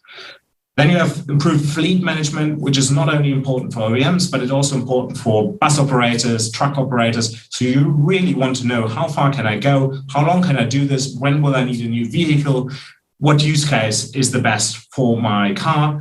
And then obviously having all of that financially covered with extended warranties by, for example, a company like Munich Re, a partner of ours. And then last but not least, I touched on that, have a profitable second life and make this end-of-life cost center the profit center. Really get the most of it and use something like the EU regulation that you have, where you need to take care of the entire supply chain and recycling options, and make that into something that you actually benefit from. This is where we come in. Just a brief look on our software. What we're using is just field data, lab data of the batteries, have a clear data structure, run our analytics combination of traditional kind of analytical approaches as well as machine learning, run it through platform services such as alerting, fleet management, and so on, and enable solutions along that entire life cycle. And I mean, the promise obviously goes with us, your transition towards battery-powered mobility will be quicker, more profitable, and ultimately, I think that's a very important part associated with less risk for your balance sheet or for your shareholders. Looking at Twaice, to wrap it up, I mean, we're a company from Munich combining very strong battery and machine learning expertise on a scalable software that you can just deploy on any kind of fleet and any kind of production line. We have over 7 years of research and development expertise, around about 75, 80 employees at the moment, several patents in our portfolio, our own battery lab on premises. And what we see is ourselves as a partner of a wider ecosystem. So working with Munich Re, TÜV Rheinland, Microsoft, AWS, SAP to really create this comprehensive value for our customers along the entire life cycle. And I think that's it from my side. Thank you very much for listening. And now I'm really very much looking forward to also discussing these topics in the panel. Thank you very much. Mr. Nihrichs, thank you for your presentation. Before our last roundtable at City as a Lab Summit Mobility 2021, we will learn about the new and exciting business unit created within Renault Group. Mobilize is beyond automotive. It promotes a sustainable ecosystem through flexible mobility and energy solutions. It targets customers who wish to adopt more sustainable shared forms of mobility and proposes a new subscription-based business model, from selling a car to selling mobility solutions from minutes to years.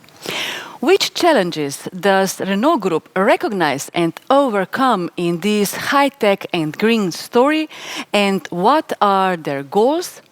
All this and more will be presented by Jean-Christophe Labarre. Welcome. Hello, my name is Jean-Christophe Labarre. I'm part of the Renault Group in charge of mobility topics and defining the strategy on mobility services. This is a presentation of Mobilize. Mobilize is the new business unit that was created at the beginning of January, and I will summarize the ambition of Mobilize. Embracing disruption. We help solve 3 major challenges of the auto industry. First, the gap between usage and cost. We pay 100 and we only use 10. We also try to see how to work around the asset value decrease. We want to make sure that we can provide solutions and tackle the asset value decrease. For instance, when you buy a car after 3 years, the decrease is of 50% on average. We also have the ambition to work around emissions, and we strive here for zero impact by the end of 2030. In a nutshell, what we want to achieve with the creation of Mobilize, first, to provide mobility alternatives. It means mobility for people and also for goods, moving people from point A to point B. We want to work around new alternatives in terms of funding, in terms of providing fair mobility solutions to our customers. And by doing so, we want to work for what cities are striving to achieve. Less pollution, less congestion. Mobilize, scope, and value pools. But the value chain is changing rapidly. Value pools are shifting, moving to the mobility and energy services. All in all, these three value pools will grow by 40% from 2019 to 2030 to a total of over 375 billion in Europe only. This will be the playing field of Mobilize. Why will we succeed? Because we have unique assets and a smart business approach to leverage them. We are doing mobility services around car sharing with ZT present in 2 cities and with Renault Mobility for our network. We want to work around new mobility schemes, services, car subscription, ride-hailing, and taxis. We are working also on on-demand transit services and last but not least, all the goods delivery. On the energy side, we want to provide the infrastructure management and energy supply and services, allowing the mobility services to be a seamless experience. And we want to create a dedicated agile business unit by doing so. This business unit has its own engineering and design team to create those purpose-built vehicles designed for the mobility services. As mentioned, our purpose-designed vehicles will be engineered and specifically engineered for the mobility services that we want to propose to our customers and to the cities. Their robustness, lightness, modularity will optimize their operating cost, and being electric will enable them to access cities anytime, anywhere. On average, we aim at reducing operating costs by a minimum of 20%. We will make fleet acquisition easier for corporates and public authorities as well. The financial services provided by RCI Bank and Services will allow fleet operators to subscribe, lease, or pay-per-use, the flexibility of those mobility services. This way, fleet ownership's cost can become variable. Smartly financed, fleet operations can turn into an asset-light model. Our dedicated mobility, data, and AI software platforms will boost their use also. We will offer maintenance and recycling services for car sharing fleet, for instance. And when our vehicles are no longer fit for use, we have a sustainable solution with refactory at Flin. We want to recycle battery and reuse vehicles. The lineup that you see in this slide is adapted to our ambition and specifically designed for our mobility services. Easy one, the ACE, is fully adapted to car sharing and will be launched in 2 years. The King, the Spring, the Dacia Spring, is specifically adapted to car sharing usage as well. We will also address the ride-hailing market with the Queen that will be launched next year. And we are also working on dedicated last mile delivery cars, vehicles, and you can see the EasyFlex in this slide. Last but not least, we are also working on on-demand transit. And those solutions are co-created with our customers, our corporates, some partners, and the cities. Mobilize in a nutshell. Mobilize will be the first brand from a traditional OEM to provide access to vehicles and mobility services directly to end customers. We will offer a unique combination of hardware and software, of dedicated vehicles and leading-edge services.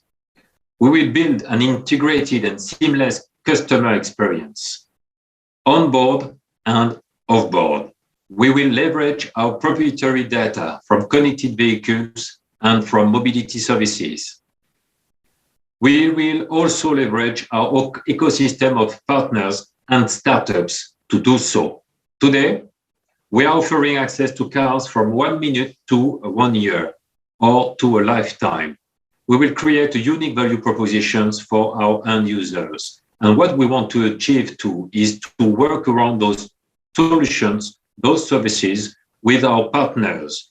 For instance, we announced a month ago a coalition called Mobility 360 with key leaders on mobility services in France, in Europe, RATP, BlaBlaCar, Uber, and Mobilize.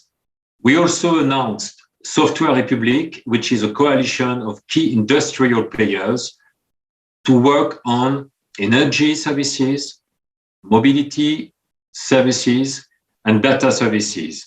You see that we are working with the right partners to create this seamless experience and making sure that we can address those pain points, trying to provide our customers, our users, seamless solution, affordable solution, wherever and whenever needed. Thank you very much, Mr. Labarre. Now we move to our last round table, or I can say, let's go electrical. Let's live the future now. Claudia Jans will be the host and she will introduce all of her guests. Claudia, make the best conclusion to our conference ever.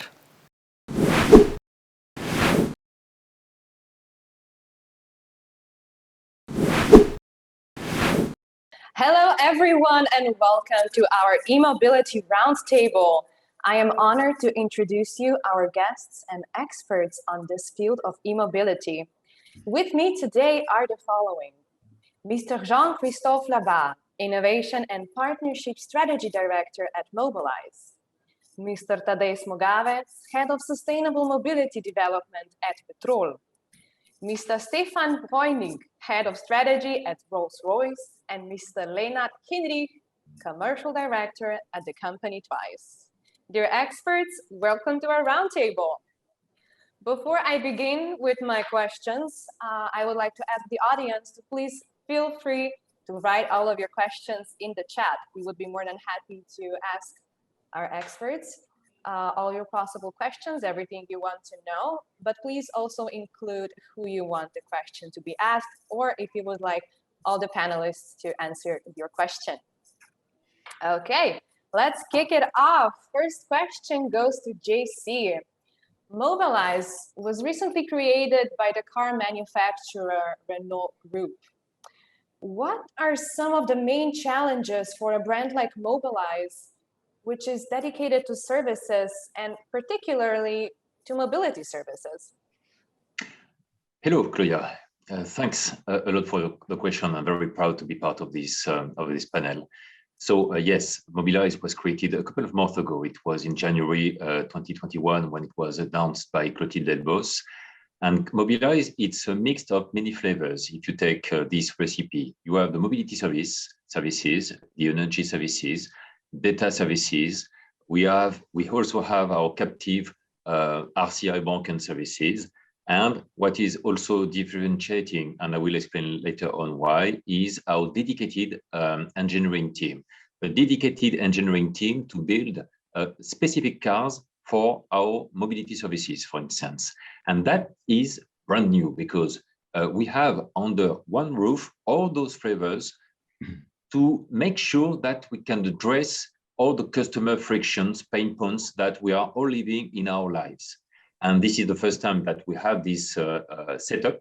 And we have three major, let's say, objectives. First, to reduce what was earlier said in the presentation in my deck, to reduce the gap between usage and cost.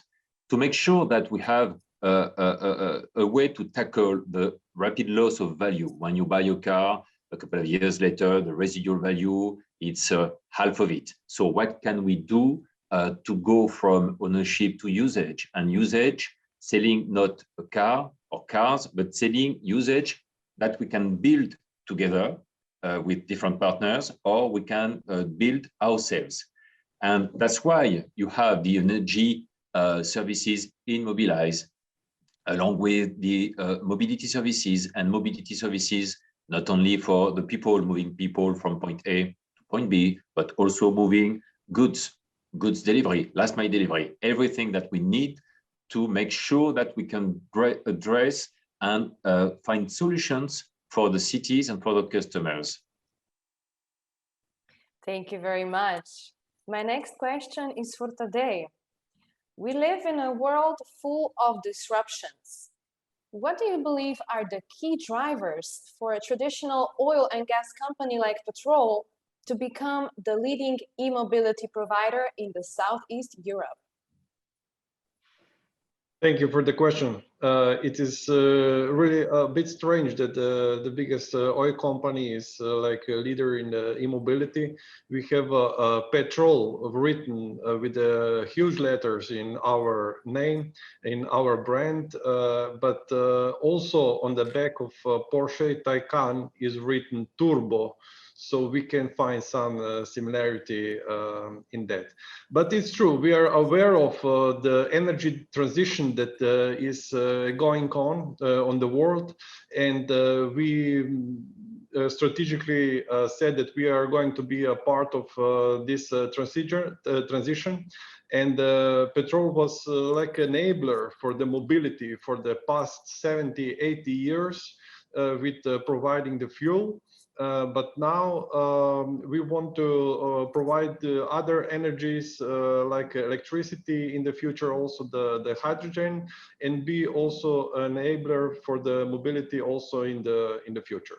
So this is like the key strategic message from the oil company like Petrol, and we would really like to be a part of this new world of mobility. So that's why we are building the charging infrastructure. We are offering the e-mobility and mobility solutions, and that's it. Thank you, Tadej. Lennart, I believe congratulations are in order. Congratulations on your successful fundraising last month. Thank you very much.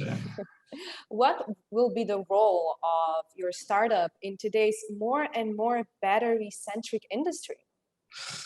Yeah, no, first of all, thank you very much for the congratulations. I think that's a great vote of confidence also from the market, also in that magnitude where we are moving at the moment. And I think it's also showing how serious all of the players take this space of batteries in general, but battery analytics in particular. And what we're seeing obviously is something that is new to everyone. So battery were usually a very small part of the vehicle. Now they're constituting 30–50% of the vehicle. It's enormously important, and it's a completely new and complex technology. So it's new for everyone. So naturally, innovative tech companies are usually a bit quicker in developing, and you see that kind of cell manufacturers become a lot more important in that value chain. So you see a big shakeup of that value chain, and coming with that shakeup, you see there's a lot of intransparency in the market.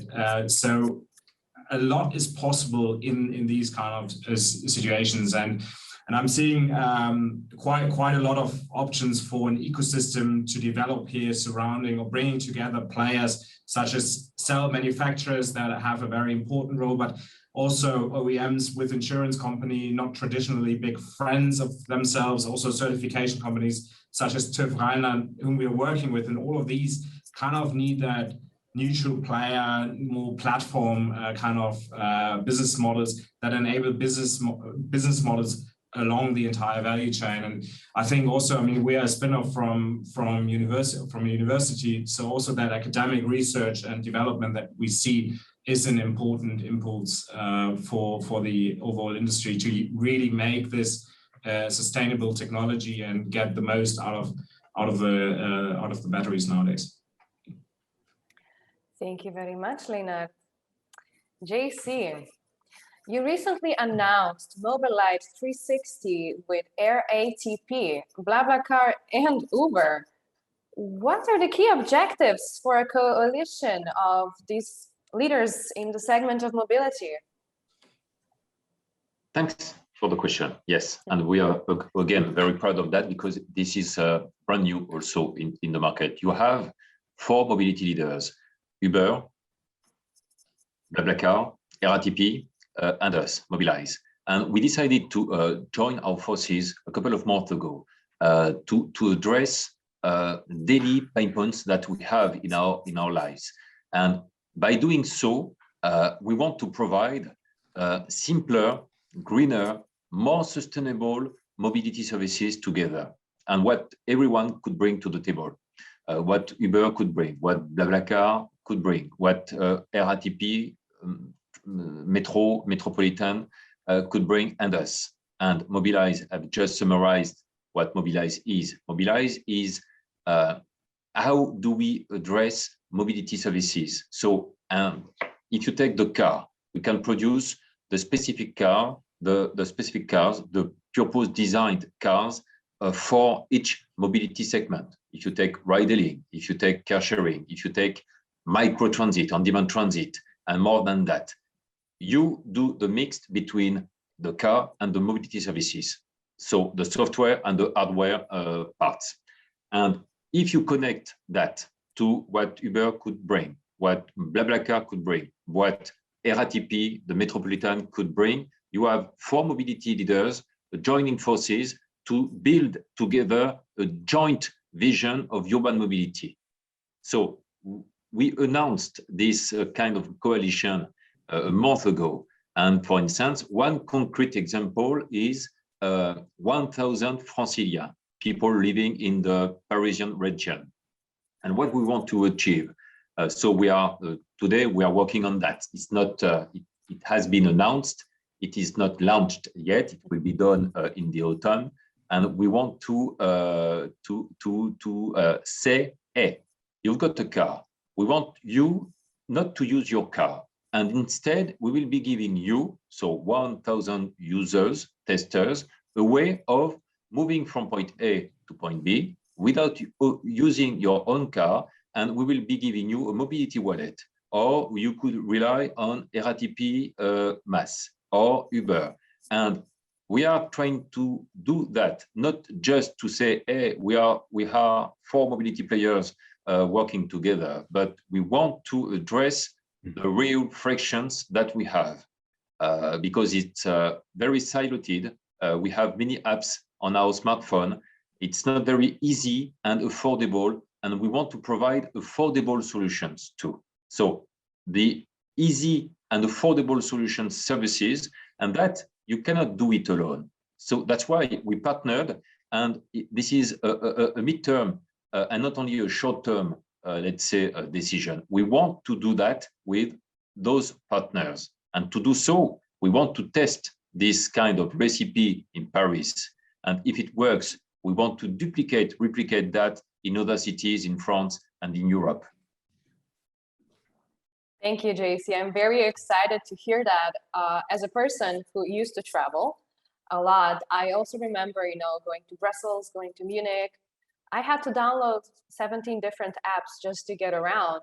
And the other thing that I would like to mention is this is really a common topic on this year's both presentations and roundtables. Yes, innovation is fuel, but in the last year and this year, I feel like companies and ecosystems are getting more and more connected and forming bigger and more successful success stories. Claudia, cooperation is key. For instance, if you take, this is exactly what we want to address. We don't know if we will be successful, but for instance, when we decided a couple of years ago, 3 years ago, to invest in Caro is not well known because it's a B2B, to C platform, but it's the equivalent of Booking.com applied to what?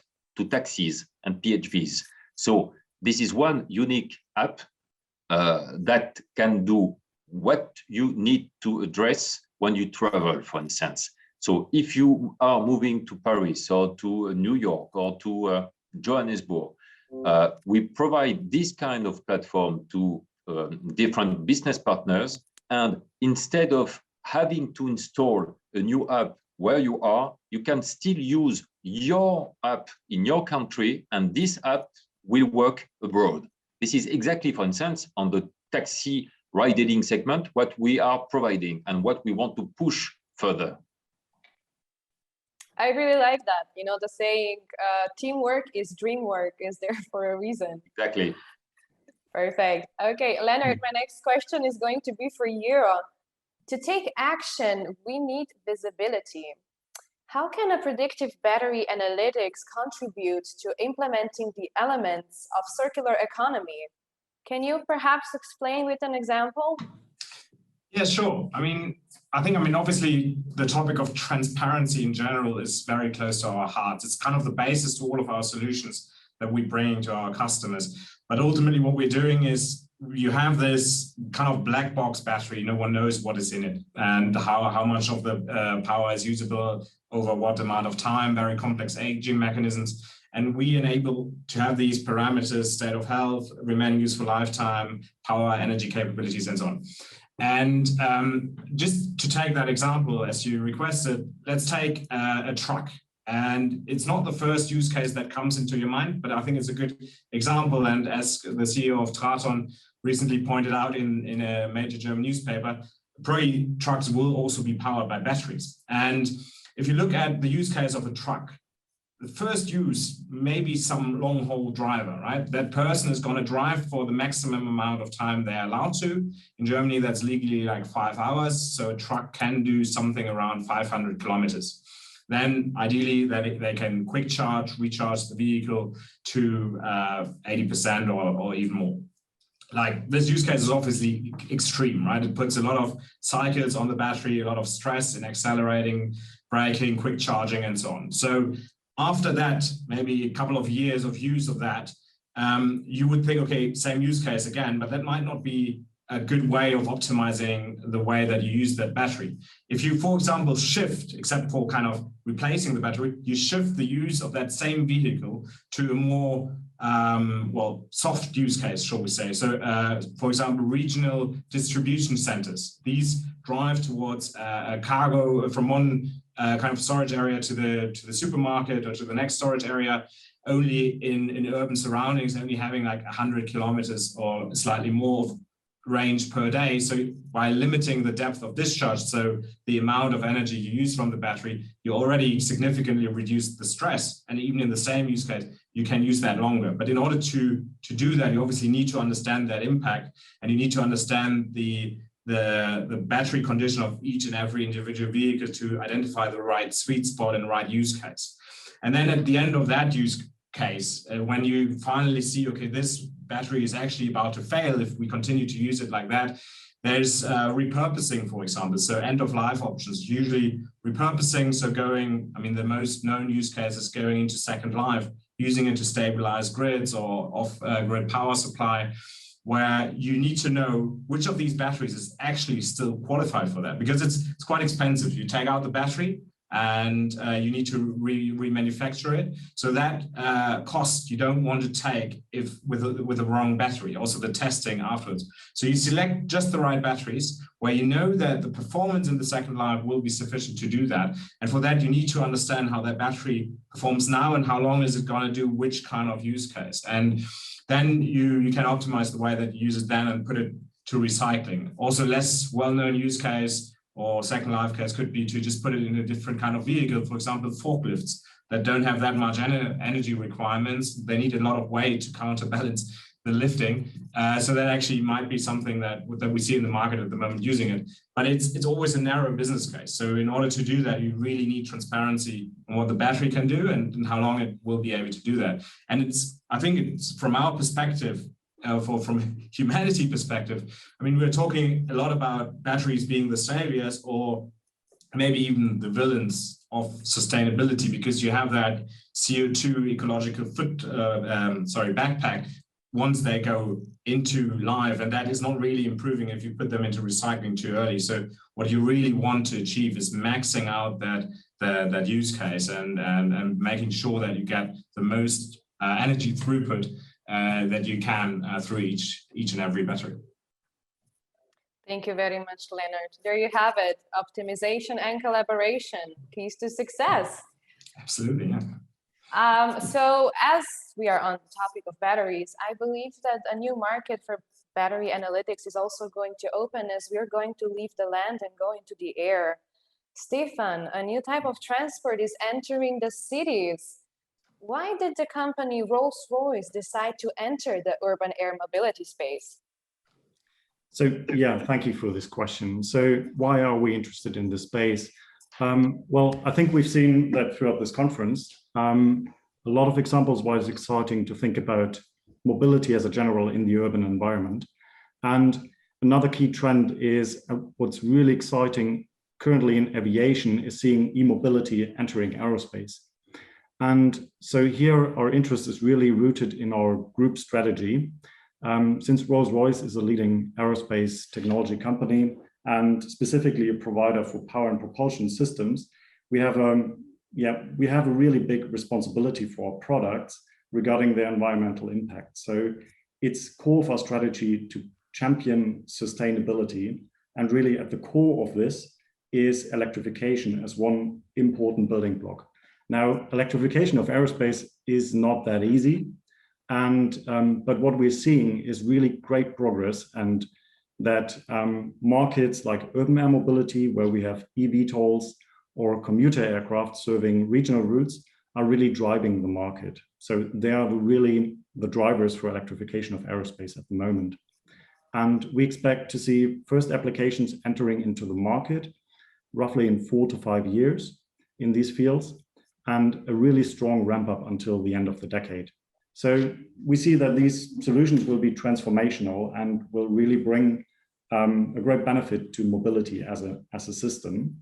And this for us is particularly exciting because we can improve our mobility for cities, for regions, while accelerating the development of the technology that we will need for a more sustainable future, then as well for larger aircrafts in the future.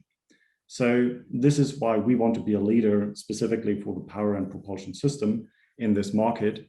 And just to Lennart, so our systems will as well rely on batteries. So I fully agree with his point on the importance of battery monitoring and applying AI to better understand the utilization of the batteries. And definitely we'll follow up on the topic of second life opportunities. So this is really exciting. I am so happy to hear that. You know, this event's main goal in my eyes, in my personal opinion, is connecting companies and cross-industry. I completely understand where you're coming from, and this is maybe something that a lot of people don't really feel. Electric VTOLs are here. They're not something that's gonna be, you know, accessible in 100 years. This is something that's gonna be here already maybe in 10 years, starting with cargo, later on with people. So yeah, the future is basically now. And as I'm talking about the future and the future plans today, what are the key e-mobility relatable initiatives for Petrol for this year? What can we expect to see and experience? For the now, our focus stayed on the ground transportation. So we are not in the air right not now, yet. but not yet. But as you mentioned, it is really good that we know also each other, and also I'm really open to talk with all the colleagues here and see if we can find some complementary solutions for the transportation. But yeah, if I'm speaking in a more short term future, like in this year and next 2 years, we are seeing that a big expansions or a race of e-mobility within the company fleets. We can see that a lot of government regulations and also the subsidies, not only in Slovenia, but also in the other markets, they are preparing the basis for the electrifications of the fleet. And we are also preparing solutions to help the companies how to electrify the fleets, because it is not so easy just to buy an electric car and just to set up a charging station in the garage. Maybe when you have a 1 car, 2, 3, 5, it is okay. It's easier, but for the bigger fleet, you need bigger infrastructure. You have you need a smart charging solutions. Maybe you need also a combination with the battery storage if you have a problem with the electricity, providing the electricity. And this is the really complex solutions that we are working on, and we would like to offer the really good partnership with the companies who would like to electrify the fleets. And it is one more dimension. The electric cars are not really, they cannot satisfy the 100% of the needs at the moment.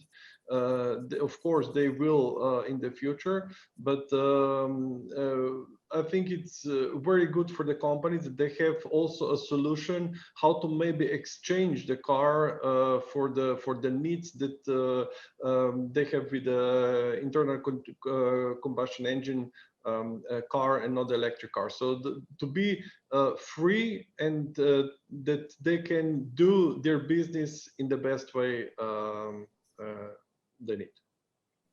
Of course, companies always can aim to be sustainable, but also, offer the best user experience to their employees and really make sure that the vehicles and the carpool that they have fit their needs.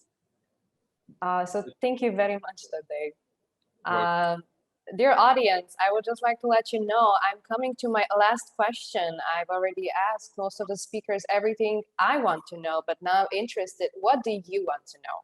What would you like to ask the experts? They are here, they are ready. So please let me know, type the questions in the chat, let me know who you want to be asked what, and I'll get on it after my last question. Stefan, according to your opinion, how ready do you believe the European cities are for acceptance of all electric urban air mobility? What do you believe the next steps should be for the cities? So thank you. This is a really important question on public acceptance. So perfect for my answer. Just 3 weeks ago, EASA, the European Union Aviation Safety Agency, published a report on a survey they did on public acceptance of urban air mobility. So they went out and polled around 4,000 citizens in 6 European metropolitan areas. I think they had around 40 in-depth interviews and even used a simulation of aircraft noise to really bring this to the people and get proper feedback. And the main top-line finding was that around 83% of the respondents have a really positive initial attitude towards urban air mobility, with roughly 70% saying they would be willing to try out a UAM service. So this is really good result. Unfortunately, between these metropolitan areas, Ljubljana was not included. I guess if it were, these numbers would be potentially even better.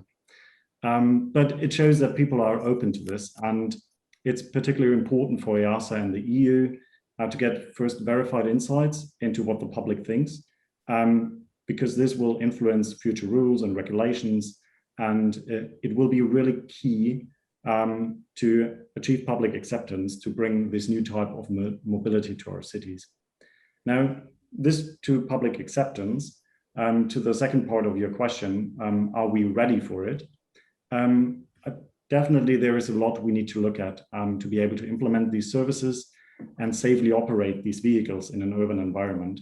This includes infrastructure, air traffic management, and now I will not go down into all the details because just yesterday we had an excellent talk by Vasilis from Airbus who really went into great detail.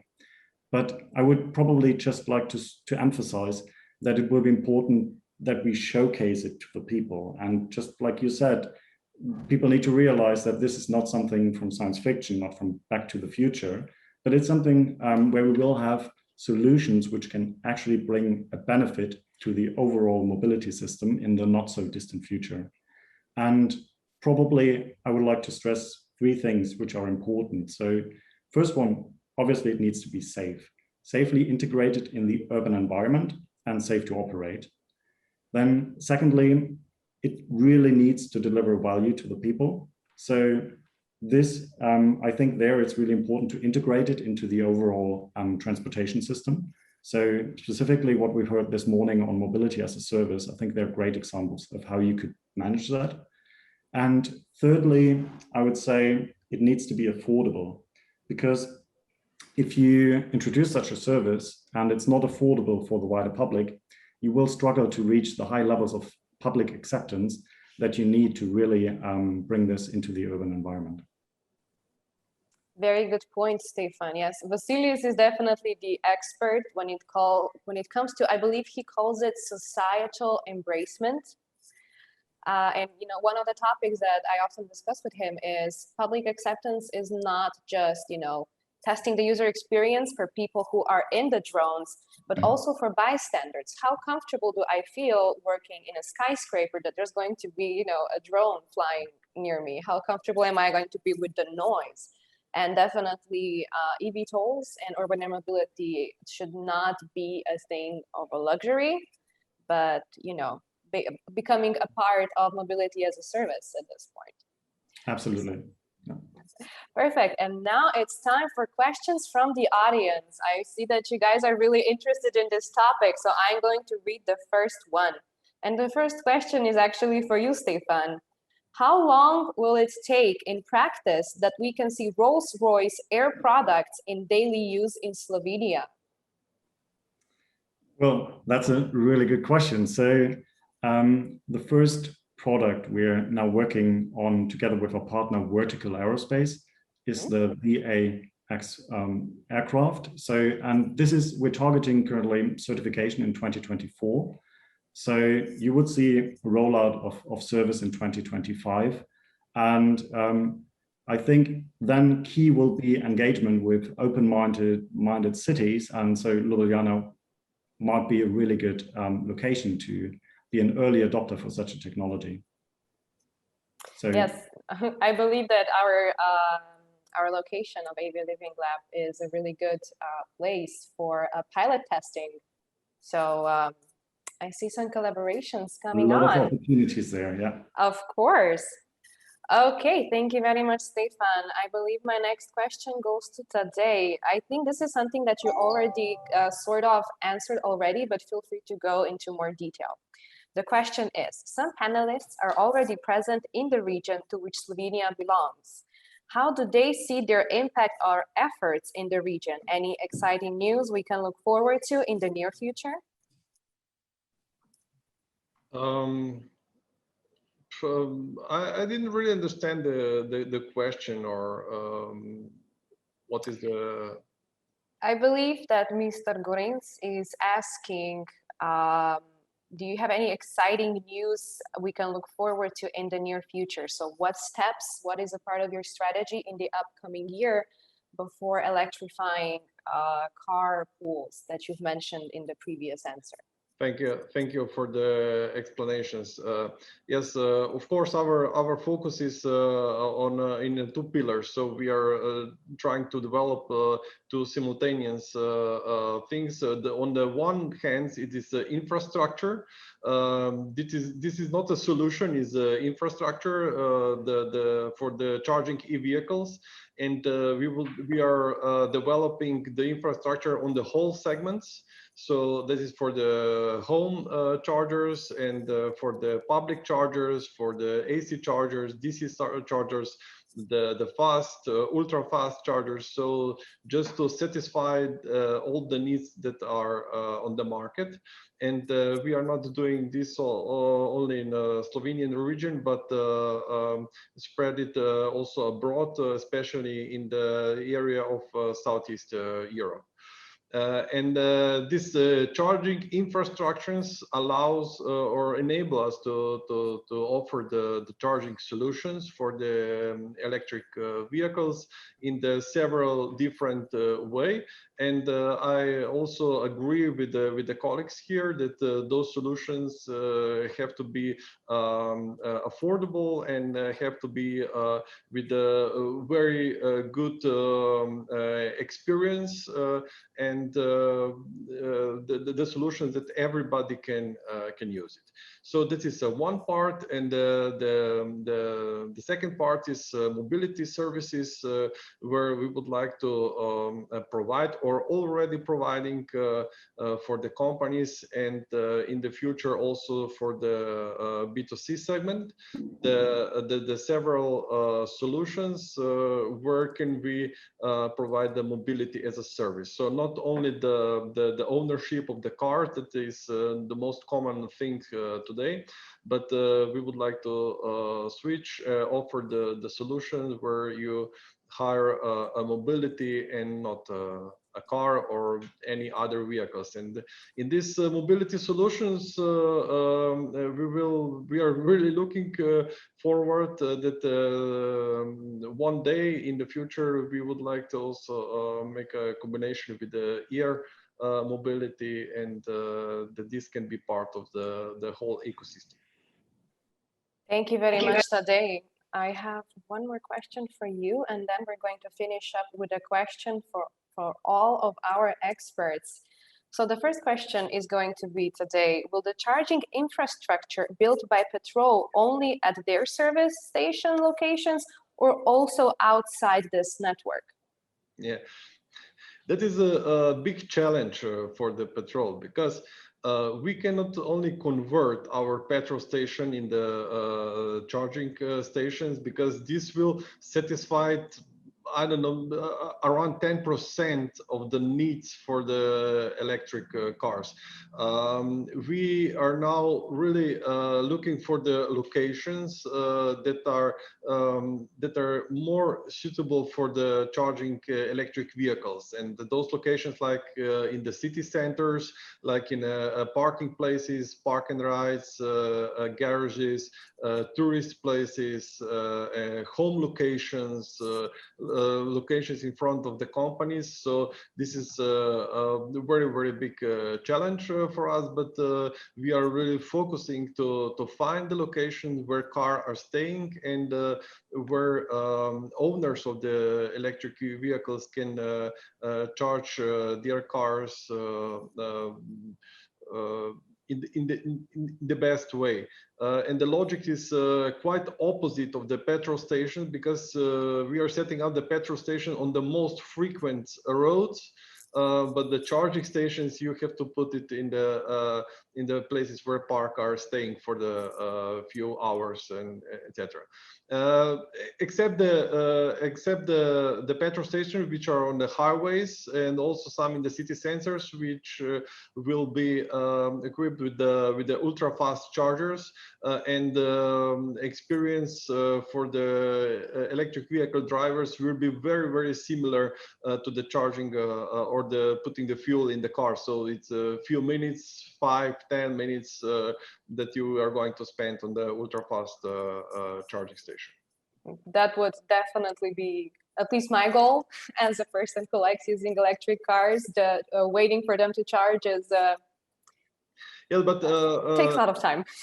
Using of electric cars is more similar to using a mobile phones. So you have with you all day. You're using it, but when you're coming back home, then you can charge it over the night. And I think this is quite a similar experience. But in some cases, when you need to go on a different, much longer distances, then you need chargers on the way.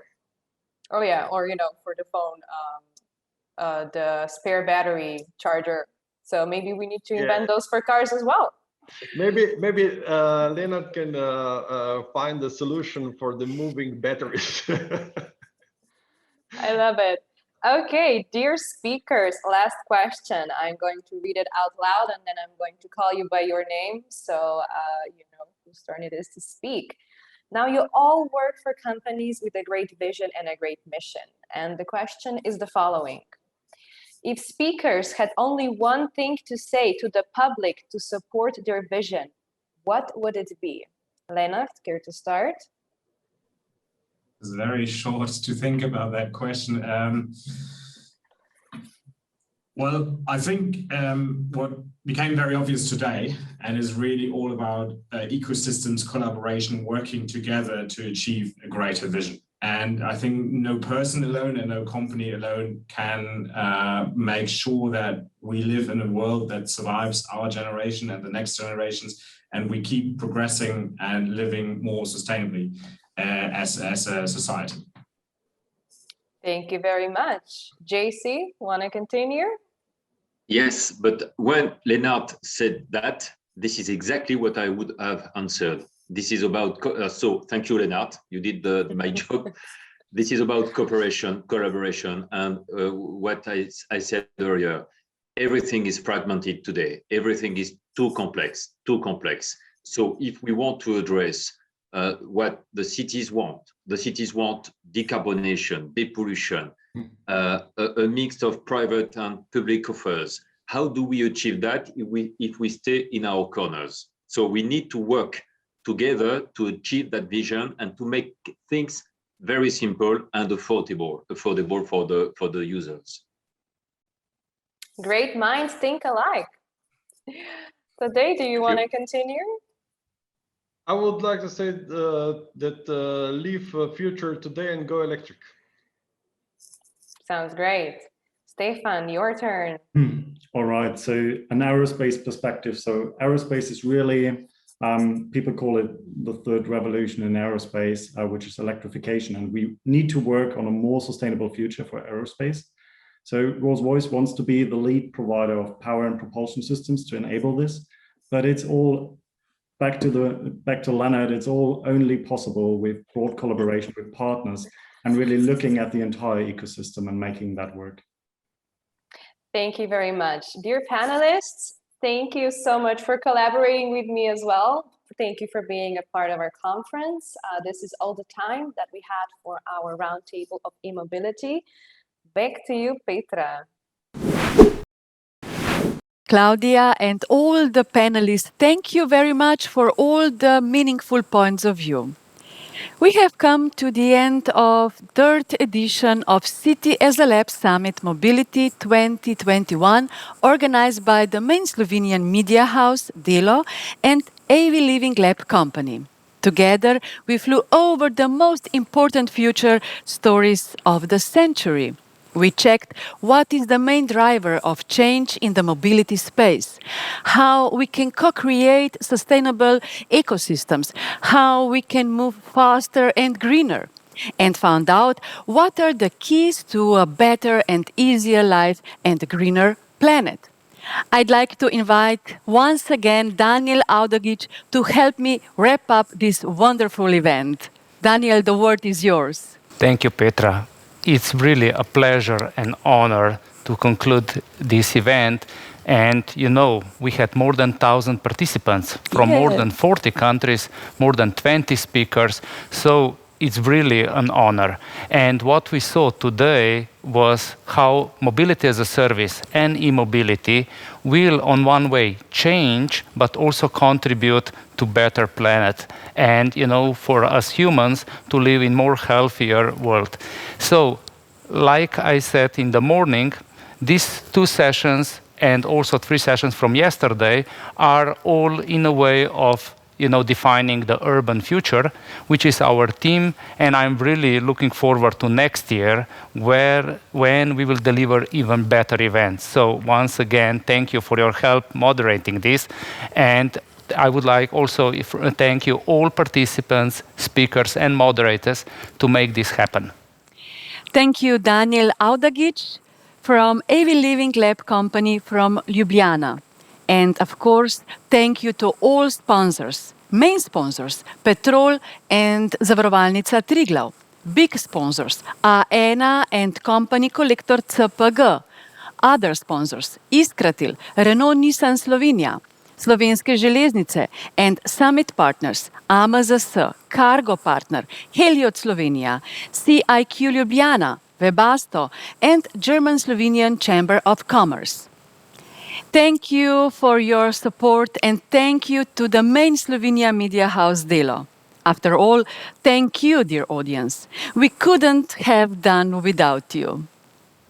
Dear guests, it was a great pleasure and honor for me to be with you again. My name is Petra Kovic and I am the editor-in-chief of the business newspaper Svet Kapitala in media house Delo. So thank you all for your time and attention. I hope we see you in live event next year. Thank you and goodbye.